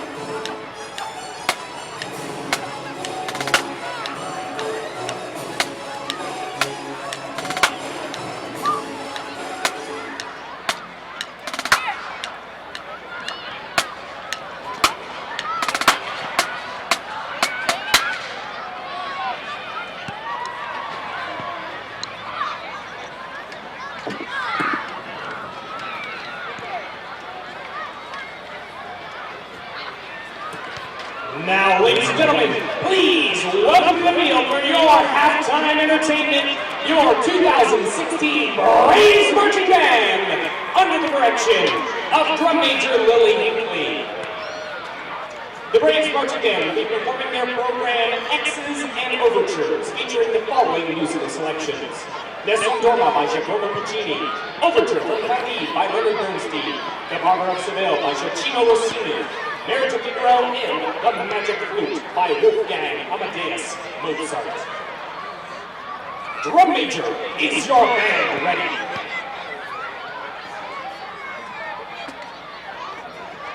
Braves Marching Band, you may take the field in exhibition.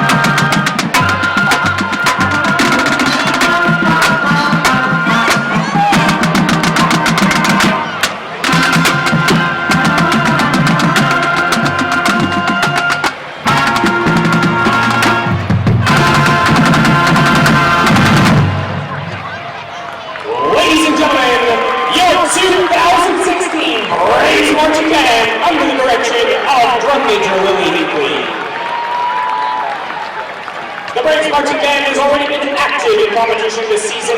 2 weekends ago at the Bishop Fenwick Invitational, the Braves Marching Band received first place in Class A with caption awards for music, visual, general effect, and percussion. And last weekend, the BFB Goshen Invitational, again receiving first place in Class A and caption awards for music, visual, and general effects. Let's hear it one more time for your 2016 Braves Marching Band.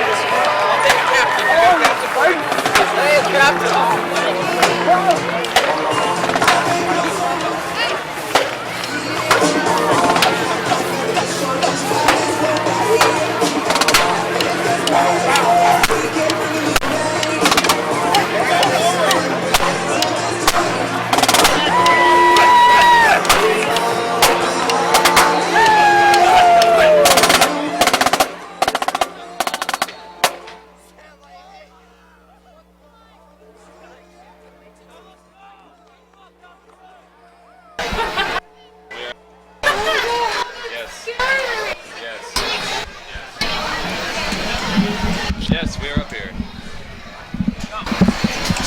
And welcome back here inside the booth. I'm Brandon Greeno along with Grant Moss. Here at halftime, the score 28-0. Indian Hill Braves out ahead of the Taylor Yellow Jackets. Grant, what'd you see in the first half? Well, the Braves came out early as we saw the opening kickoff was fumbled by Taylor, and Indian Hill capitalized, took him just one play. Great job by the offense. Reed Eichholz has 2 rushing touchdowns already. Marco Fiore has made his presence known, and the defense has just been tremendous in holding Taylor out of the end zone. Yeah, I think Indian Hills had a very nice start. Ran into a couple problems early. But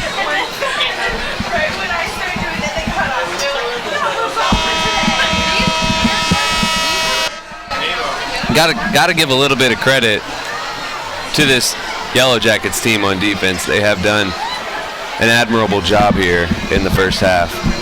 We're still on. Yeah, we can hear you.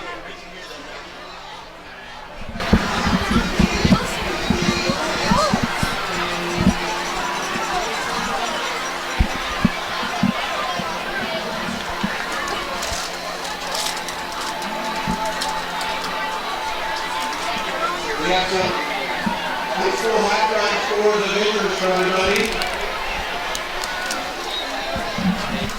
St. Xavier 14. Colway meets Mason 13.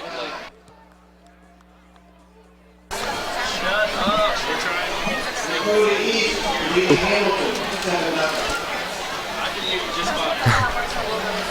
Yes, we can all hear you.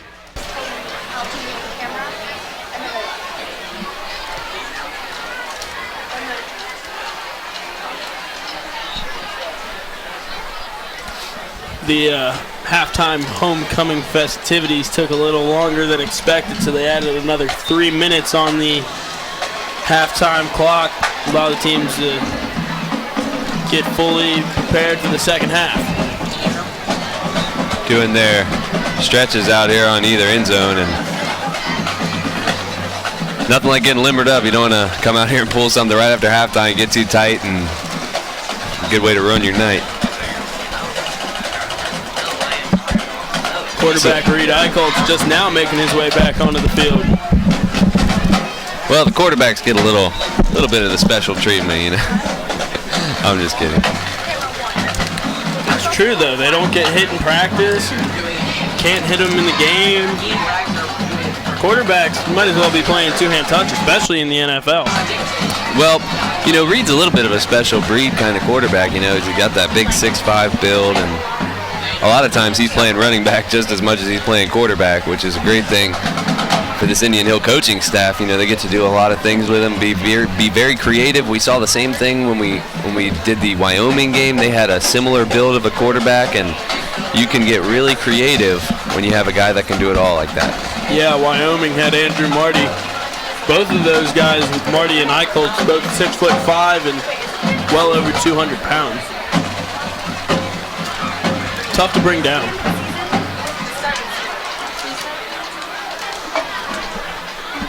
So Grant, what could we see here in the second half from the Taylor Yellow Jackets if they want to have any chance to get back into this game? They're going to have to figure out a way to get their passing game up a little bit because they've really relied solely on the run, and their running back Jacob Hughes has gotten most of the looks from the backfield along with Brandon Siebert, but seems like Lamb's been, a little bit inaccurate with a lot of his throws. Evan Lamb's just been barely off all night, and it's really cost his offense moving the football. And for as high-powered as Indian Hill's offense is, the Taylor defense has really done a good job of keeping them in check. This game isn't over yet. 4 touchdowns isn't really that much. So if they can find a way to get their offense juiced up a little bit, I think they'll have a chance. Yeah, and I think Taylor's defense, you're going to give up some scores anytime you play an offense like Indian Hill Braves. And I think that they knew that coming into this game. And they've given their own offense several chances to make something happen, but the Indian Hill defense is proving to be a little bit too much.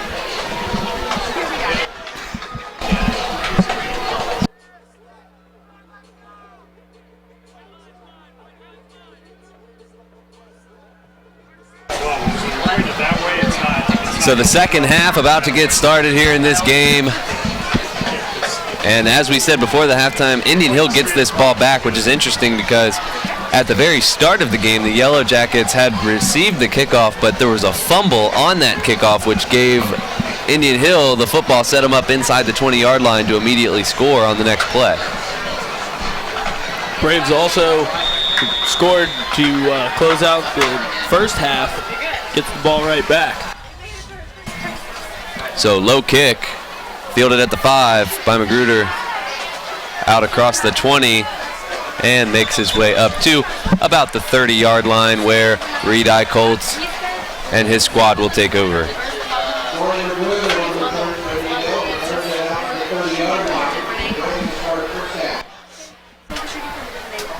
It only took them one play to start off the first half. We'll see.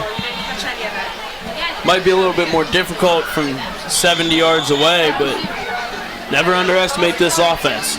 Yeah, they have proven that they can make big plays happen at any point in time on the field. We even saw a fake punt earlier that was ran for about 80 yards, but ended up coming back for a penalty. 1st and 10, going with a screen pass out to Sturwald, stays on his feet, gets a block upfield, and out across the 40 to the 43-yard line. It'll be a first down. Quick little screen pass out to the side. Gets the drive started, gets a couple good blocks, and able to move the chains. And the Braves deciding to go with a no-huddle offense here. So 1st and 10, going to try to keep this defense on their toes. Eichholz looking at Sturwald and gets it to him on the 50, and forward progress will be ruled. Make it at the 49-yard line in Yellow Jacket territory. So Eichholz kind of looking at his guy the whole time there, waiting on that hook route. I've noticed that throughout the game. I didn't really see him do that too much in the past couple of games, but today he's really been locked on one receiver. He's going to have to do a better job of varying his looks and confusing that defense a little bit more. So the first down carry ends up losing about a yard, maybe it gets back to the line of scrimmage. Brendan Siebert in there on defense, help out, bring him down. Excuse me, it'll be 3rd down.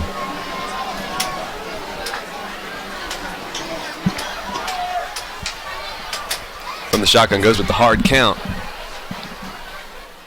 Nobody jumping on the D-line that time.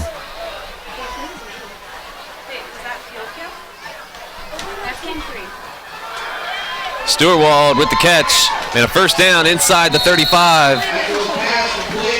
Jared Walpole on the coverage. Just a quick slant. Yeah, Sturwald doing a good job of realizing that the defender was playing on the outside. That inside lane was wide open, and quick slant right to the middle picks up another first down. Eichholz will roll out to his right, throwing it to Fiore, who tries to make a one-handed grab on that play and couldn't quite bring it down. Bring up second down. That would have been impressive. That would have been really impressive. Because that wasn't just like a regular one-handed catch over the shoulder. That was backhand. It looked like he used, his opposite hand on that one. Tried to use his right hand to make the catch instead of maybe his left hand. Kind of had to twist and contort his body. Second down, going long is Eichholz and drops it on the shoulder. Incomplete. There's another flag down here in the secondary. And we have seen the refs throw a lot of flags here on these deep pass plays. Not really letting these guys, wide receivers and cornerbacks, work today. And I think this one might be against the offense. They pick it up. No penalty. I think that's a good call to wave off the flag. I didn't see anything too outrageous on that play. When you have those long balls, players tend to get tangled up, and I definitely think that you should err on the side of letting the guys play rather than calling the ticky-tack penalties. Yeah, it seemed like the last pass interference we saw that ended up going against the offense, which was Indian Hill at the time, was a little questionable as well.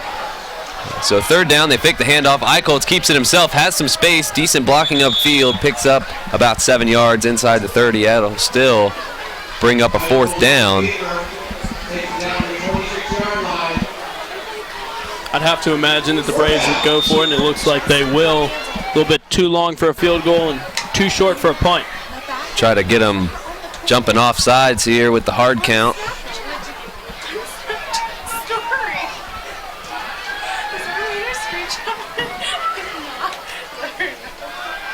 So fourth down, and that one's incomplete, and looking for a flag. There's not going to be one. See, that one I feel like there probably should have been. Jacob Hughes on the coverage. There was certainly contact before the ball got there.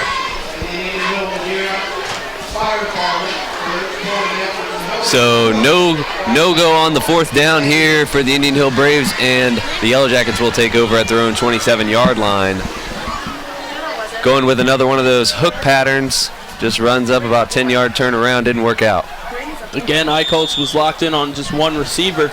I noticed that Storwald had about an 8-yard cushion between him and his defender. Another quick slant probably would have done the job. So we'll see if the Yellow Jackets decide to air it out here in the second half. They've been fairly conservative, and they're going with a screen pass out here to Hughes, who breaks a tackle and finds the edge, gets a first down across the 40, hits midfield, tries to cut it back inside, and gets taken down at the Indian Hill 45-yard line. Big first down for the Yellow Jackets.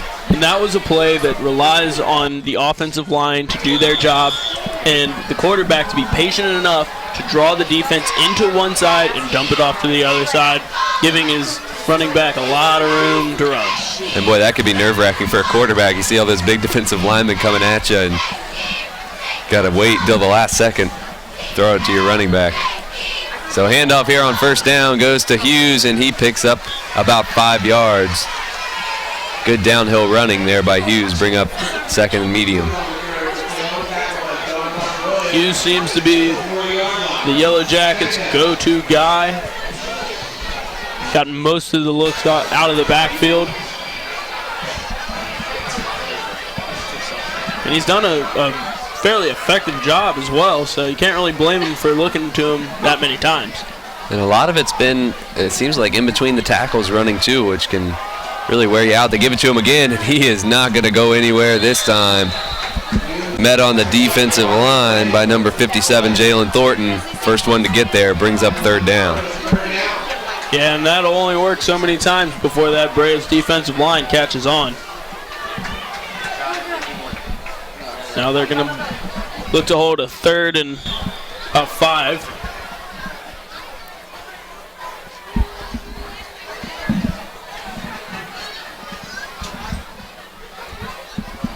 So the Yellow Jackets did have some success at the start of this drive. They got that quick screen pass, got them to kind of flip field position for them, and now they're in a position where a couple more first downs and they could get some points on the board. A crucial third down here.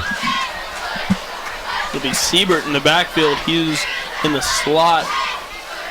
And they go with a screen, and he is met immediately. Great hustle by the Indian Hill Braves defense. First one to get there was Tennyson Holmes. And the rest of the boys rally and make it 4th down. I have yet to see Taylor run a pass play deep. Every single pass play has been a screen play or it's a run. Yeah, they have not tested these cornerbacks, it seems like, all night. And the Indian Hill Braves are able to kind of cheat up, make the plays. So it's 4th down now. Punt team's really out here. You can't really blame them either. It's Dawson Eichholtz on one side and Marco Fiore on the other. Those are two very capable defensive backs. So this punt, line drive to the 10. Fiore grabs it, jukes back to the outside, makes another cut and man miss, and avoids the hit by going out of bounds at the 21-yard line, where the Braves will take over. See if the Braves have a little bit better luck this drive. Last time being forced to turn it over on downs.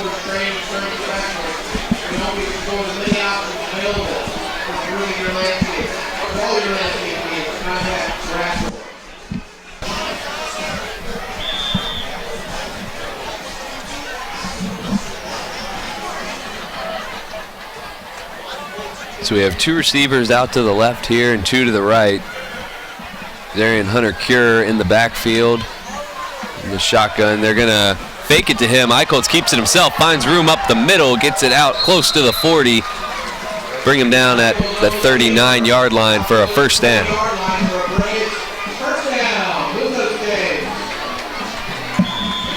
And that has been their most effective running game tonight, has been the QB keeper on those option plays.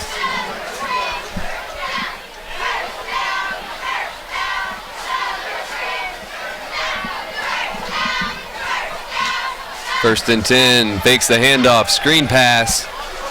He's got some room, he's got a big field to work with. That's Dawson Eichholtz all the way inside the 20-10, no one gonna catch him now. Touchdown, Indian Hill Braves. But yet again, a flag is on the field. And the fireworks going off here. That's the 2nd time now that an Indian Hill touchdown will be brought back due to penalty. Well, the refs are going to make him run out of fireworks. So they're going to bring it back here. I didn't see if it was a holding or maybe a block in the back. Doesn't really matter, but they're going to bring it all the way back here to the 35-yard line on their own side of the field. And that was a holding call, a 10-yard penalty from the spot of the foul. So 1st down and 15.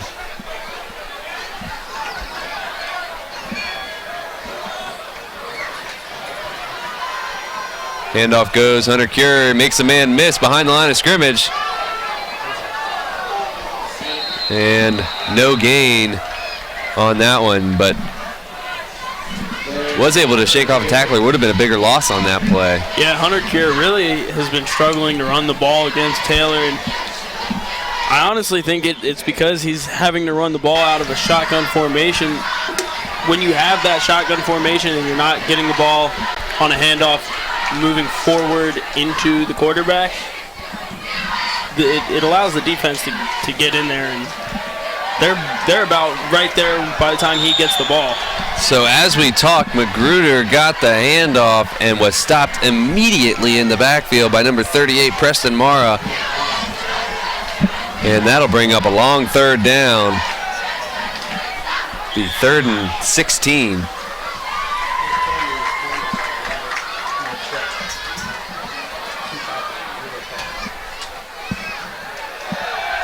And an out route here. Magruder catches it, picks up a few, nowhere close to a 1st down. Tackle on the play, Tyler Embry, and Yellow Jacket defense holds up again.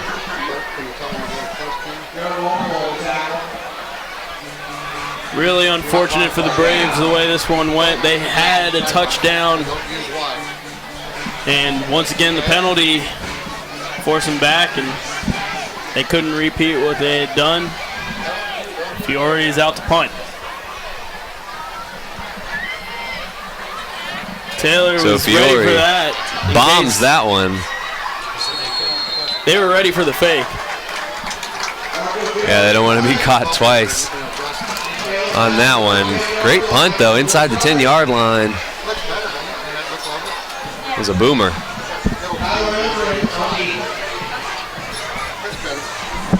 A lot of people won't realize just how valuable a punt like that is, pushing Taylor back inside their own 10-yard line. And the fact that Fiore consistently can push teams back into their own territory is a very valuable weapon for the Braves. So Taylor will take over here. Handoff goes Hughes. Gets maybe a yard or two on that one. And when you give them a long field like that, they have struggled to move the ball consistently all game long. Indian Hill just playing a field position battle here, eventually expecting to score. Bring up 2nd and 7.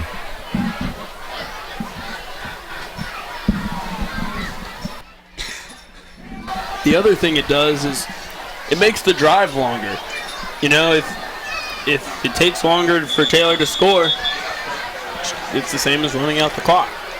Yeah, and you get those long drives like that, more third down conversion opportunities, make them stall out. It's like an offside penalty against the defense on this play. Will bring them forward 5 yards. 2nd down and 2 now. Gives them 5 yards with no time off the clock. Yeah, and the pre-snap penalties always drive a coach crazy. So 2nd and short.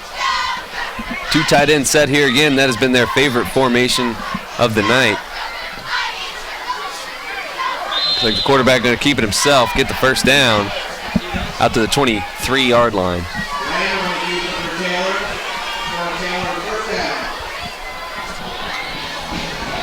That was an interesting play call there.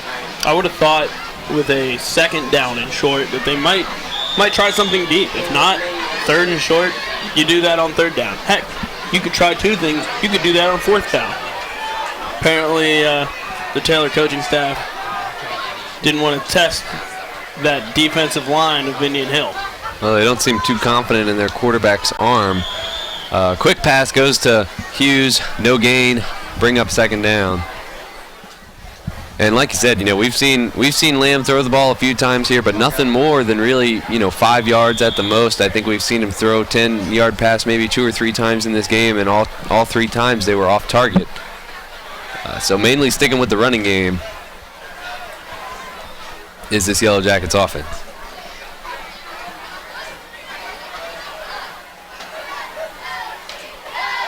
Play action pass, gonna throw it short, and that ball is held on to. Nice catch by Knez Moore, but really didn't get anything out of it. Tennyson Holmes right on him. And Moore is still down here. Got hit in the back. Had kind of an awkward landing on that one when he came down.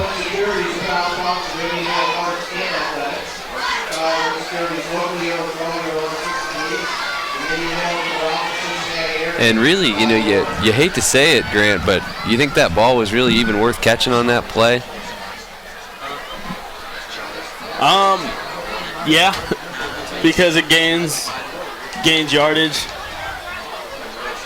It really doesn't make too much of a difference, but yeah, it might have gotten a yard out of it, maybe 2. Still down here.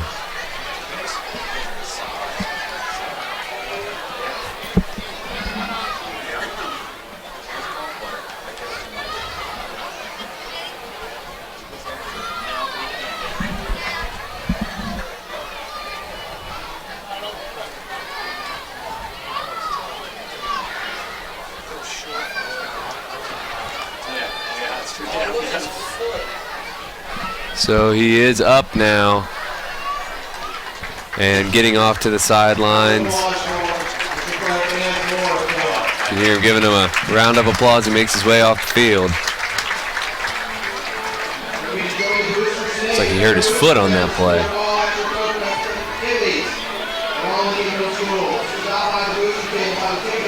So 3rd down and 6. upcoming here for the Yellow Jackets. They have not converted a lot of third downs here tonight.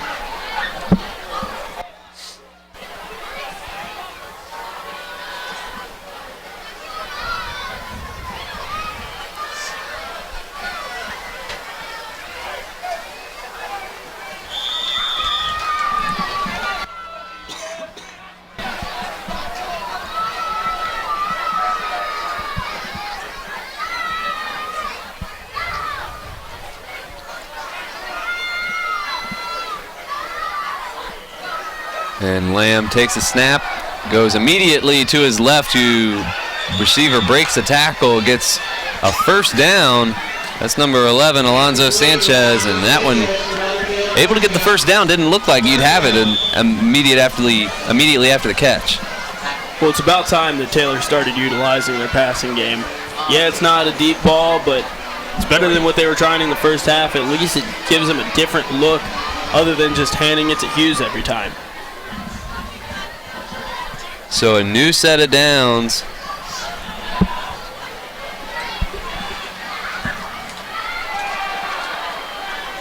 And on 1st and 10, throwing deep there, miscommunication between the quarterback and his receiver will bring up 2nd down, and that's exactly what we've been talking about whenever they try to throw the ball down the field.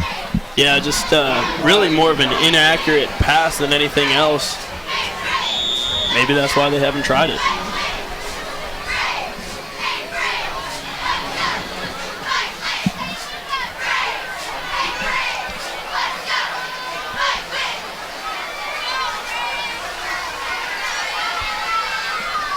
So we'll see 2nd down here now. Looks like an offset I formation.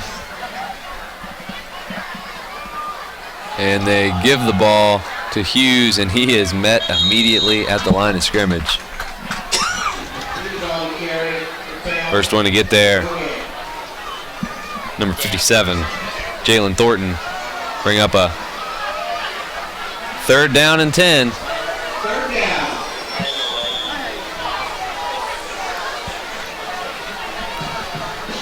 So just over a minute and a half remaining here in the 3rd quarter. Score is 28-0. Braves on top here on this 3rd down and 10 now. And they go play action and throwing it on a line out towards the sidelines. Sanchez did a good job of keeping his feet in bounds. Bring up 4th down. You got to imagine they're going to go for this one here, 4th and 1. Yeah, they're running out of time to try to be too conservative, but I bet that Braves defense is looking, keying in on Hughes. Yeah, he has been the man of the night for this offense. Quarterback keeper, and I think he got it. It was Evan Lamb. No doubt about that one. He did get the first down. That's the 2nd time he's called his own number, and it worked. Taylor offense finding a way to move the chains. If they continue to work this effectively, maybe get it done a little bit quicker, they might have a chance to come back in this one. Yeah, it hasn't been pretty all the time for their offense, but they are moving the chains now, and here they are approaching midfield. They will have to speed it up. We're under a minute in the 3rd quarter already. So 1st and 10, they're going to give the ball to Hughes, who gets 2. And you have to imagine the Indian Hill Braves defense is just fine with them running these plays right now. As long as they can make the drive longer, I think that's a win for the Braves defense.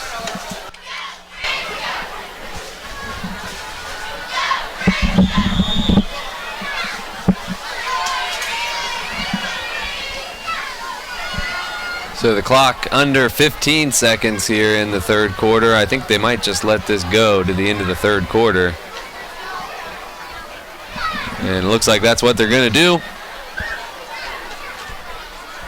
So at the end of 3, the score remains 28-0. Indian Hill Braves on top of the Taylor Yellow Jackets. But we've seen a little life out of the Yellow Jackets here in the 3rd quarter. That was a quick quarter. Not too many stoppage and play. The ball didn't really change hands between the two teams very often at all. It's been long, sustained drives that, one didn't really work out for the Indian Hill Braves. They turned it over on 4th down, but they were inside their opponent's 30-yard line. And then now we see here the Yellow Jackets just methodically moving that football down the field. I mean, it's taken them to 3rd down, 4th down conversions throughout this entire drive. I give them credit. They're doing more than they have in the second half, and I'm sure their coaching staff has to be impressed with the improvement, but, I'm sure they would like some points. Yeah, sooner or later they're going to have to take some shots, or something has to give on one side of the ball.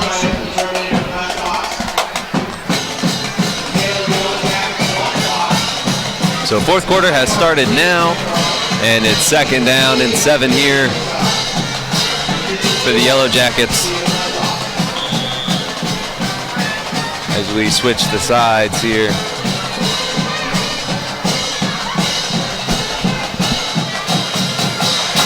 We're going to hand it off, and he is met immediately.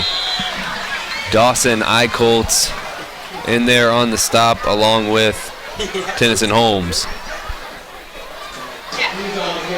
So 3rd and long, 3rd and 11. That was a loss of 3 on that 2nd down run.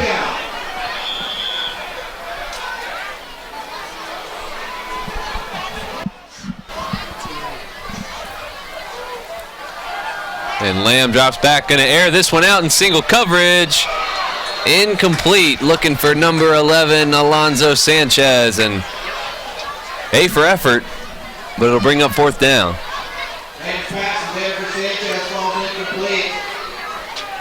Like you said, in order for Taylor to be effective in the 4th quarter, they're going to have to take some shots.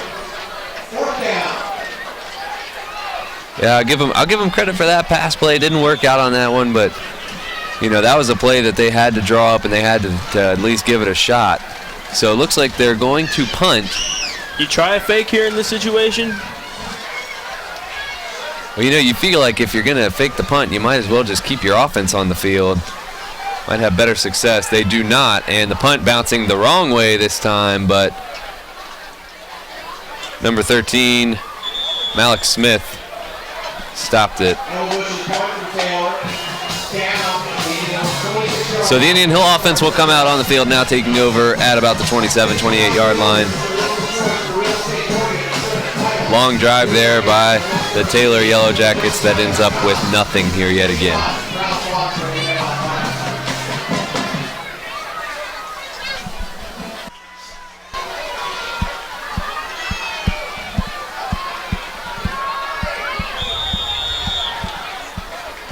One thing to take into account for the Braves here is their running game has not been very effective today. If they want to run this clock out, they're going to have to find a way to pick up some 1st downs on the ground.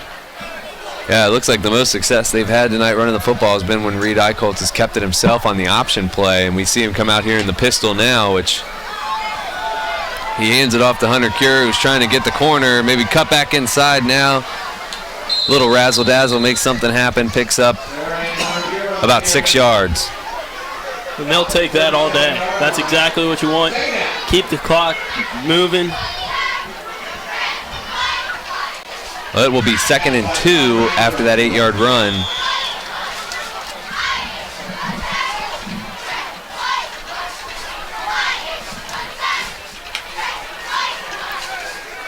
Eichholt's going to air this one out to his brother Dawson, and that is a beautiful pass.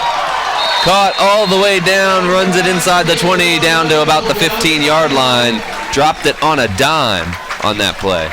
Well, not quite the run play that would drain the clock, but I'm sure they're not complaining about that big game, putting them once again in the red zone with a chance to extend their lead.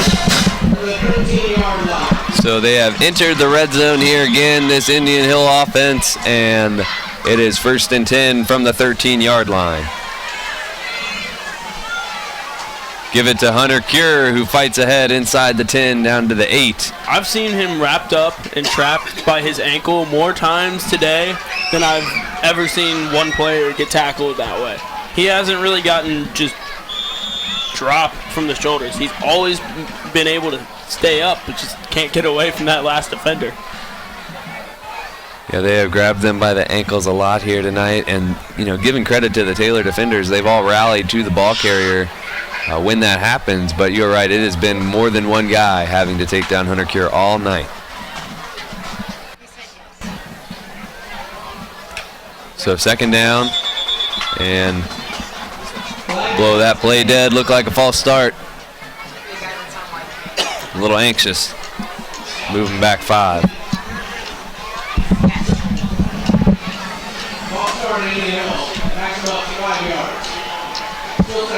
So under 10 minutes to play here in the fourth quarter. And Indian Hill is knocking on the door. Got Fiore lined up in the slot. No safety coverage on top, and Eichholz overthrows his receiver there.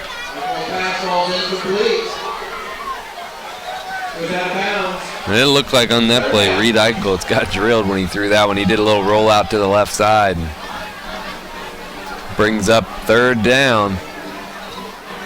3rd and 10. They can get a first down here and make it 1st and goal. They have to get it to the 3-yard line, or just inside the 3. So that is a possibility here for the offense, coming out in the pistol formation. Taylor bringing the heat, and they will just about get to Eichholz, able to dump it off to Zarian Cure. Bounces off a tackler. Can't get to the end zone, but looks like he has enough for the first down. Stays in bounds as well. Keeps that clock rolling. So you said it'll be 1st and goal. Indian Hill Braves.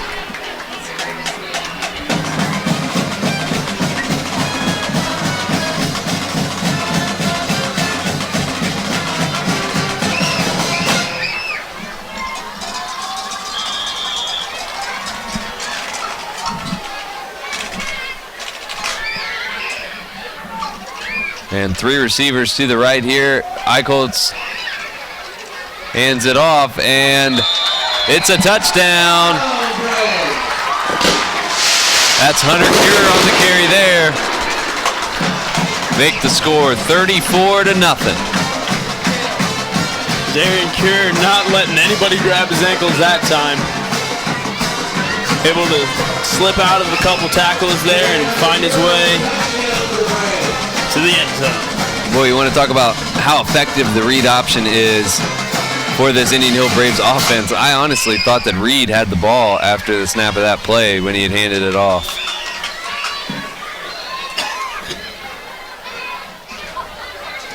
So extra point here underway, almost got to it, but it'll be good. Make it 35-0 as the Braves take a commanding lead over the Yellow Jackets. Just under 9 minutes left in the fourth quarter now here at Tomahawk Stadium.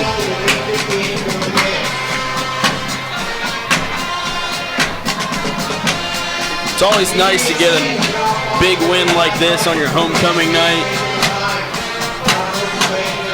Yeah, I think they kind of set it up sometimes like that. You want to pick on maybe a weaker team, and might be unfair to say, but everybody want to get a win on their own homecoming night. So I think every single homecoming during my high school career, we either played Deer Park or Finneytown for that reason. Yeah, we didn't have the greatest luck in Milford. We lost a lot of our homecoming games. So you were the good times. You guys were the we were the weak team. ones. It's okay. We excel at other things, like broadcasting. There you go.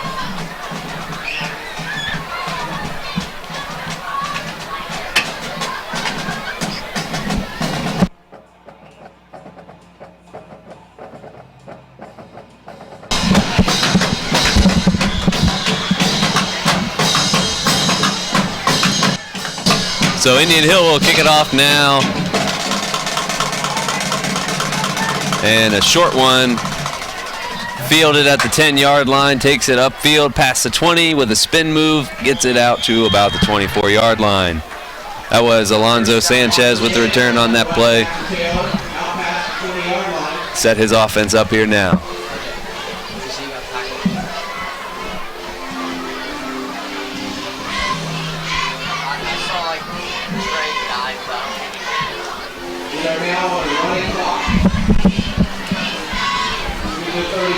Evan Lamb and his offense coming back out again here.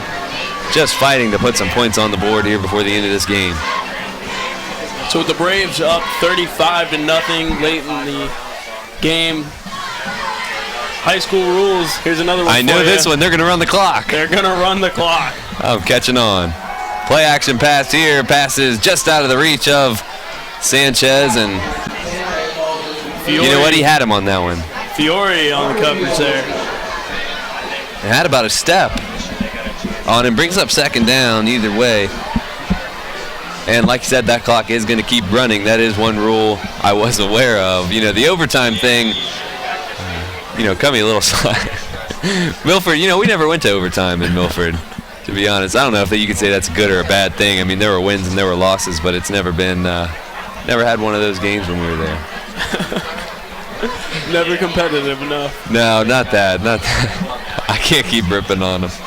Second down and 10.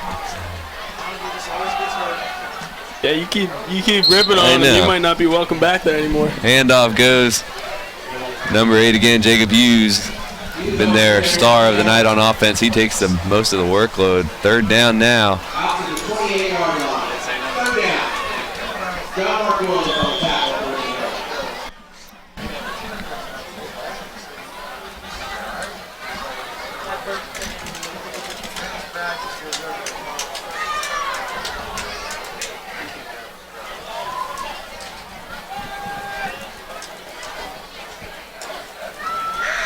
So dropping back to pass is Lamb, throws it and deflected on the play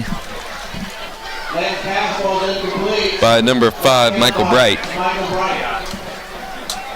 Brings up fourth down and the punt team coming out now.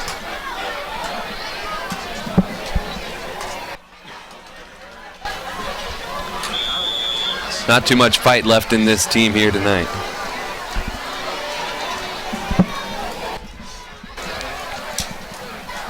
Yeah, there's only so much a team can take before they kind of give up hope, and I think when the clock starts running, that would be a good time to give up hope. This punt takes another good roll, and it'll go out of bounds around the 32-yard line.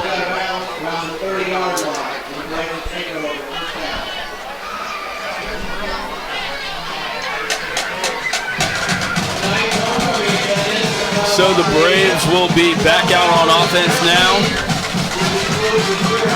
5.5 minutes remaining.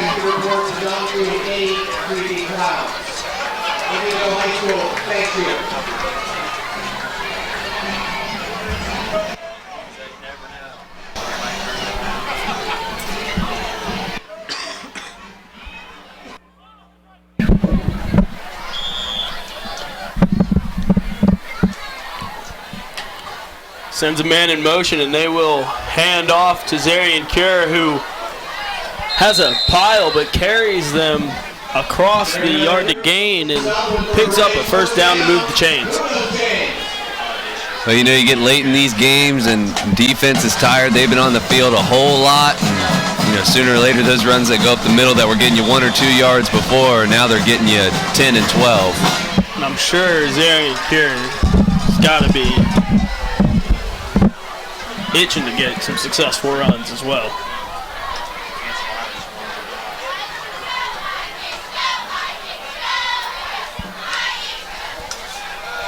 Handoff on the end around, cuts up the middle. That's Joel Berger, who will take it about 2 yards from the first down marker into Yellow Jacket territory. And the Braves have not been shy about running those end arounds here tonight. A lot of times it hasn't worked for them earlier in the game, but they did have some success with that one.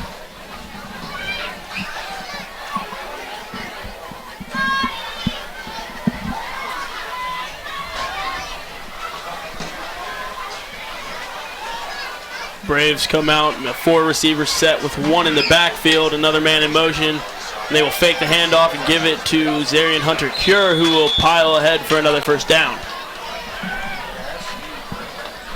First down, Braves. Well, Indy runs a good run when you keep them chains moving and you keep the clock running. And, you know, obviously the clock is not as big of a factor now that it'll continuously run, but first downs are good too.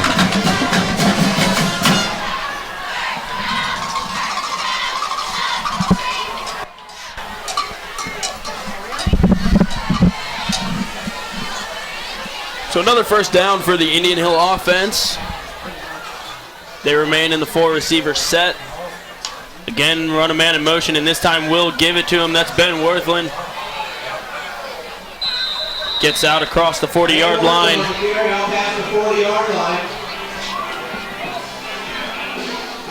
Brought down on the play by Isaac Mock. And now we'll see number 12, Cole Dean, make his way onto the field. Well, you know, you can't help, I think we've said it before, you can't help but notice the size difference between these two quarterbacks when he comes out on the field. Dean, just 5'9", will complete his first pass for a first down and more.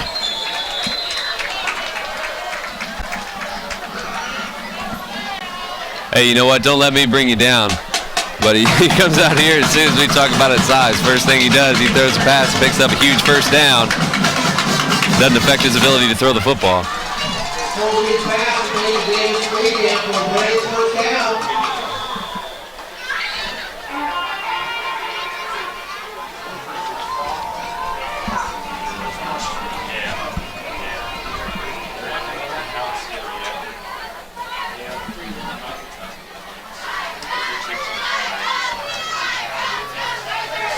And another touchdown for Hunter Cure there.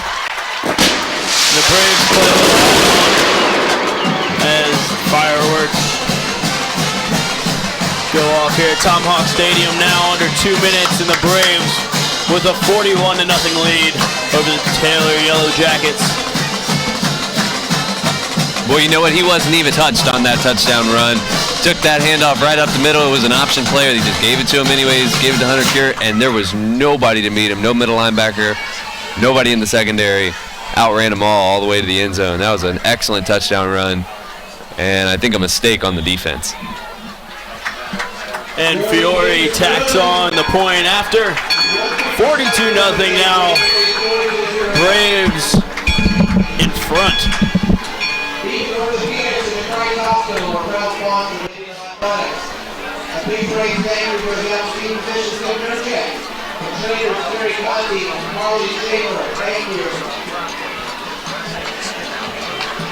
Well, you know, the score is 42-0, but, you know, honestly, I feel like the Yellow Jackets have put up, you know, quite the fight here tonight, especially defensively, and the score won't reflect the effort that those kids have put out on the field. But it can't be overstated, you know, they have done their best out here tonight, and they've been playing hard. Sometimes the score just doesn't reflect that. No, and I was actually very impressed with Taylor's ability to really keep this a competitive game for the most part. I mean, going into the fourth quarter, it was 28-0, and they actually kept Indian Hill out of the end zone all of the third quarter. Just a little too late. Yeah, had it not been for, you know, the mistake early on the kickoff when the Braves took that ball and scored on one play, and maybe, you know, if they would have had a better 2-minute defense, this could have been a completely different game. You're exactly right. That did come down in the flag there as Lundberg's kick rolls out of bounds, so Taylor will have good field. Legal kicking procedure. I want to kill you, especially if it was in a close game. I think bring that ball out to the 40-yard line. Typically, they might do it differently. Never. Friday night, game time. Looks like they'll spot it at the 35-yard line.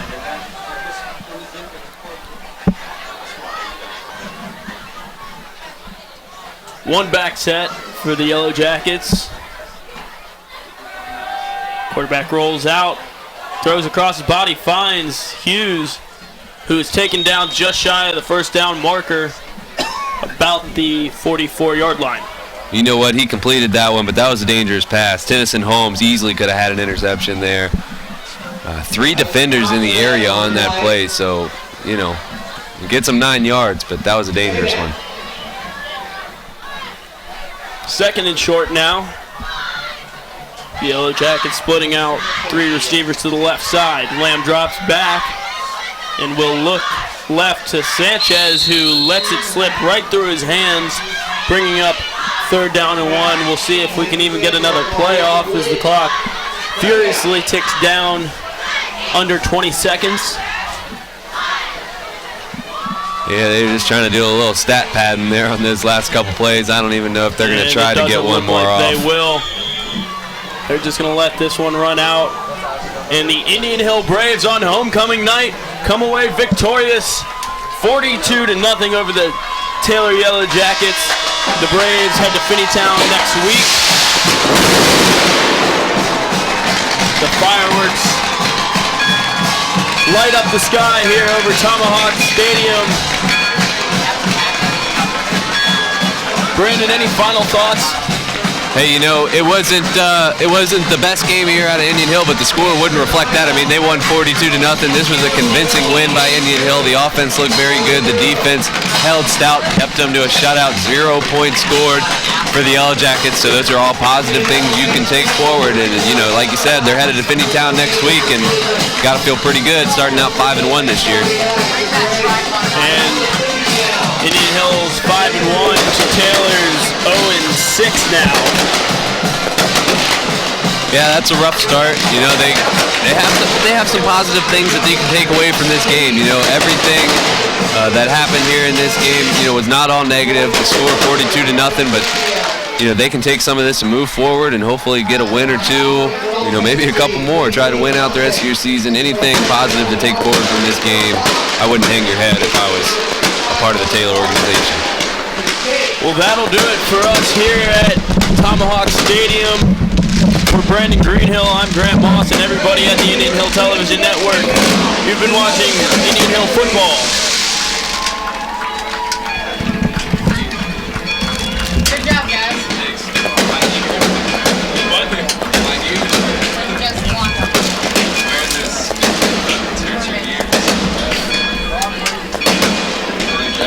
Dude, these are so much better than our old ones, though. The old ones are these, like, fake.